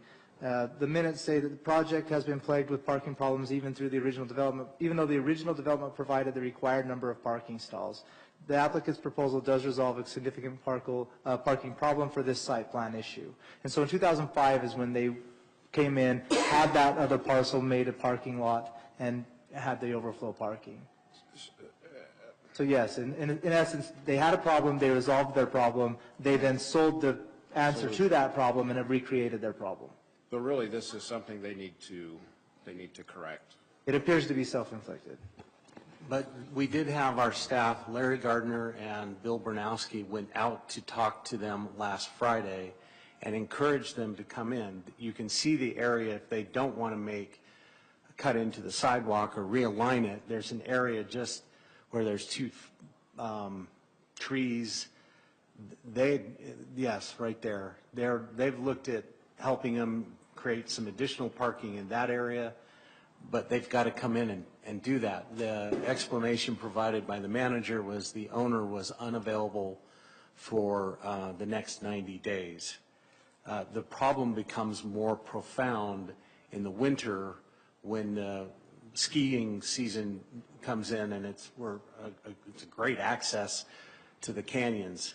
So that's when the problem will become more obvious, but it's also a tough time to start digging in Utah or constructing curb and gutter in November and December.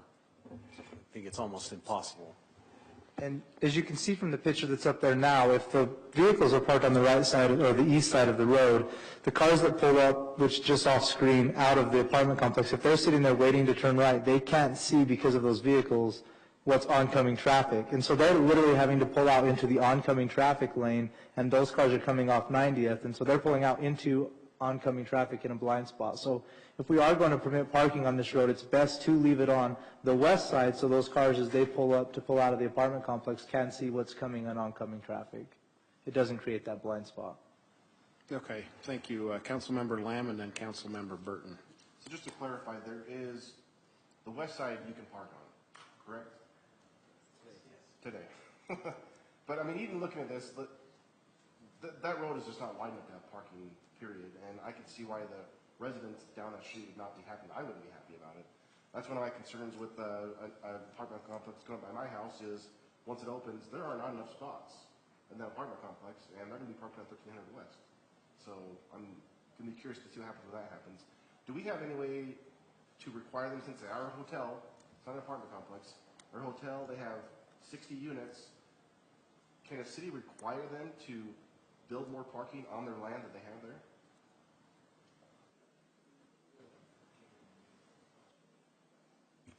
They certainly could attack that as an argument if they came in to modify their hotel as a conditional use permit, impacting the driving and parking, but I don't have any belief that they have any intentions of coming in and changing. But Mr. Langford, have you heard anything further? No, there's no indication. They're operating as a grandfathered use. I mean, do they meet today's parking requirements? No. But they meet the approved set back in 97. Yeah. So we can't make them build more parking spots. So then the question is, where are they parking when they don't have spots? Are they just parking on that west side? Probably. Thank you. What's going on? All the mics are going. Should work now. That's the first time I've had to push the button tonight. Councilmember Burton. Thank you, Mayor Pro Tem. And thank you, Mr. Bickey, and thank you to all the staff that researched this and was able to obtain information and provide with some direction and to meet with them and to review this with them and find some opportunities and some choices. And I appreciate you taking the time to do that. It was very, very helpful. Thank you, Chairman. Thank you, Councilman Burton. We have decided to try to keep the council better informed of things happening, so we'll again try to advise all 7 of you of things happening in your community. I'll do the best I can to keep you advised. Does anyone besides me have comments, remarks? All right, I'm just gonna say a couple things before we adjourn. Number one, I appreciate your tolerance of me being Mayor Pro Tem, and I appreciate that. There's a lot of things to have to manage up here. Secondly, I failed to do this at the beginning during council comments, but I just wanted to thank a West Jordan business. It's a dance studio, Leaping Lizards. It's in District 3, which is in Zach's district.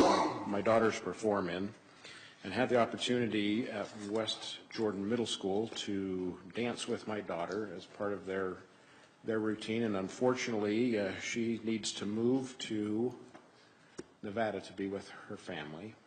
And so I won't have that opportunity anymore, but she has 189 students that were in her class.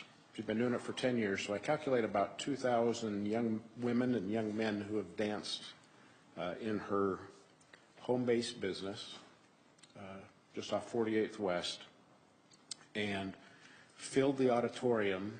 And I've done this now for about 5 or 6 years, but you dance with your 8th grade daughter.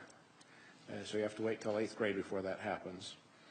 And I just want to thank her publicly for the influence she's had on the youth of West Jordan. And we will, it will be missed. So I just want to do that. I'm going to maybe do some more with that later. But the third thing is that I just want to end on this is Salt Lake Tribune, who is not here tonight,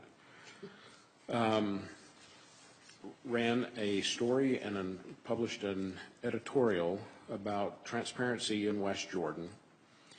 And I wrote a brief letter that I have given to the council of a response that I would like to issue with their blessing. If not, that's fine too. But it starts off, I'm not going to read the whole thing, but it starts off and says, "The sun of transparency is in fact shining bright in West Jordan. What is unique about West Jordan is when we do go into closed meetings, we do list topics in general terminology and times of the items that we are permitted to discuss.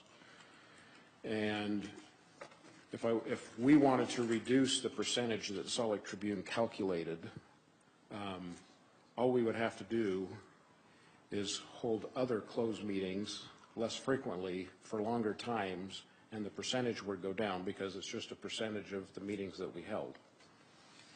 And I just want to go on record that we are open, we are transparent, we are doing the citizens' work, we are a good city, we're a first-class city, the staff is wonderful, and we're making great progress in 2018 towards a brighter future for West Jordan. And that's going to be my comment, and Councilmember McConaughey has his button pressed. Thank you, Mayor Pro Tem. With the letter that you wrote, I didn't quite catch if your intention was to submit that to the Tribune as a response for a potential editorial. I would not have any objection to that. I would just suggest that it be done perhaps as Alan Anderson, West Jordan City Council member, not necessarily the official position of the City Council. So that would be my thought. And the reason for that is just because I don't necessarily want the city to get in the habit of regularly responding to everything out there. I think that this one, however, you've hit the nail on the head. I don't know of any other cities that go out and document the specific items that were discussed. I mean, obviously it's not beneficial and it could be problematic to have the actual content out there. That's why the state legislature allows, and in some cases mandates, that it be done in closed session. But given the topics, I think we're going above and beyond, so I think your response is very appropriate. If there are no other comments from anyone else, I'll let Councilmember Lamb add his 2 cents with the blessing of the chair. Let's have that wrap it up, Councilmember Lamb. Just one note, we do not have a closed meeting tonight, so our percentage is going down. All right, I'll entertain a motion. Move to adjourn. Second. I have a motion and a second. All in favor? Aye. Aye. Thank you, everyone. Have a great night.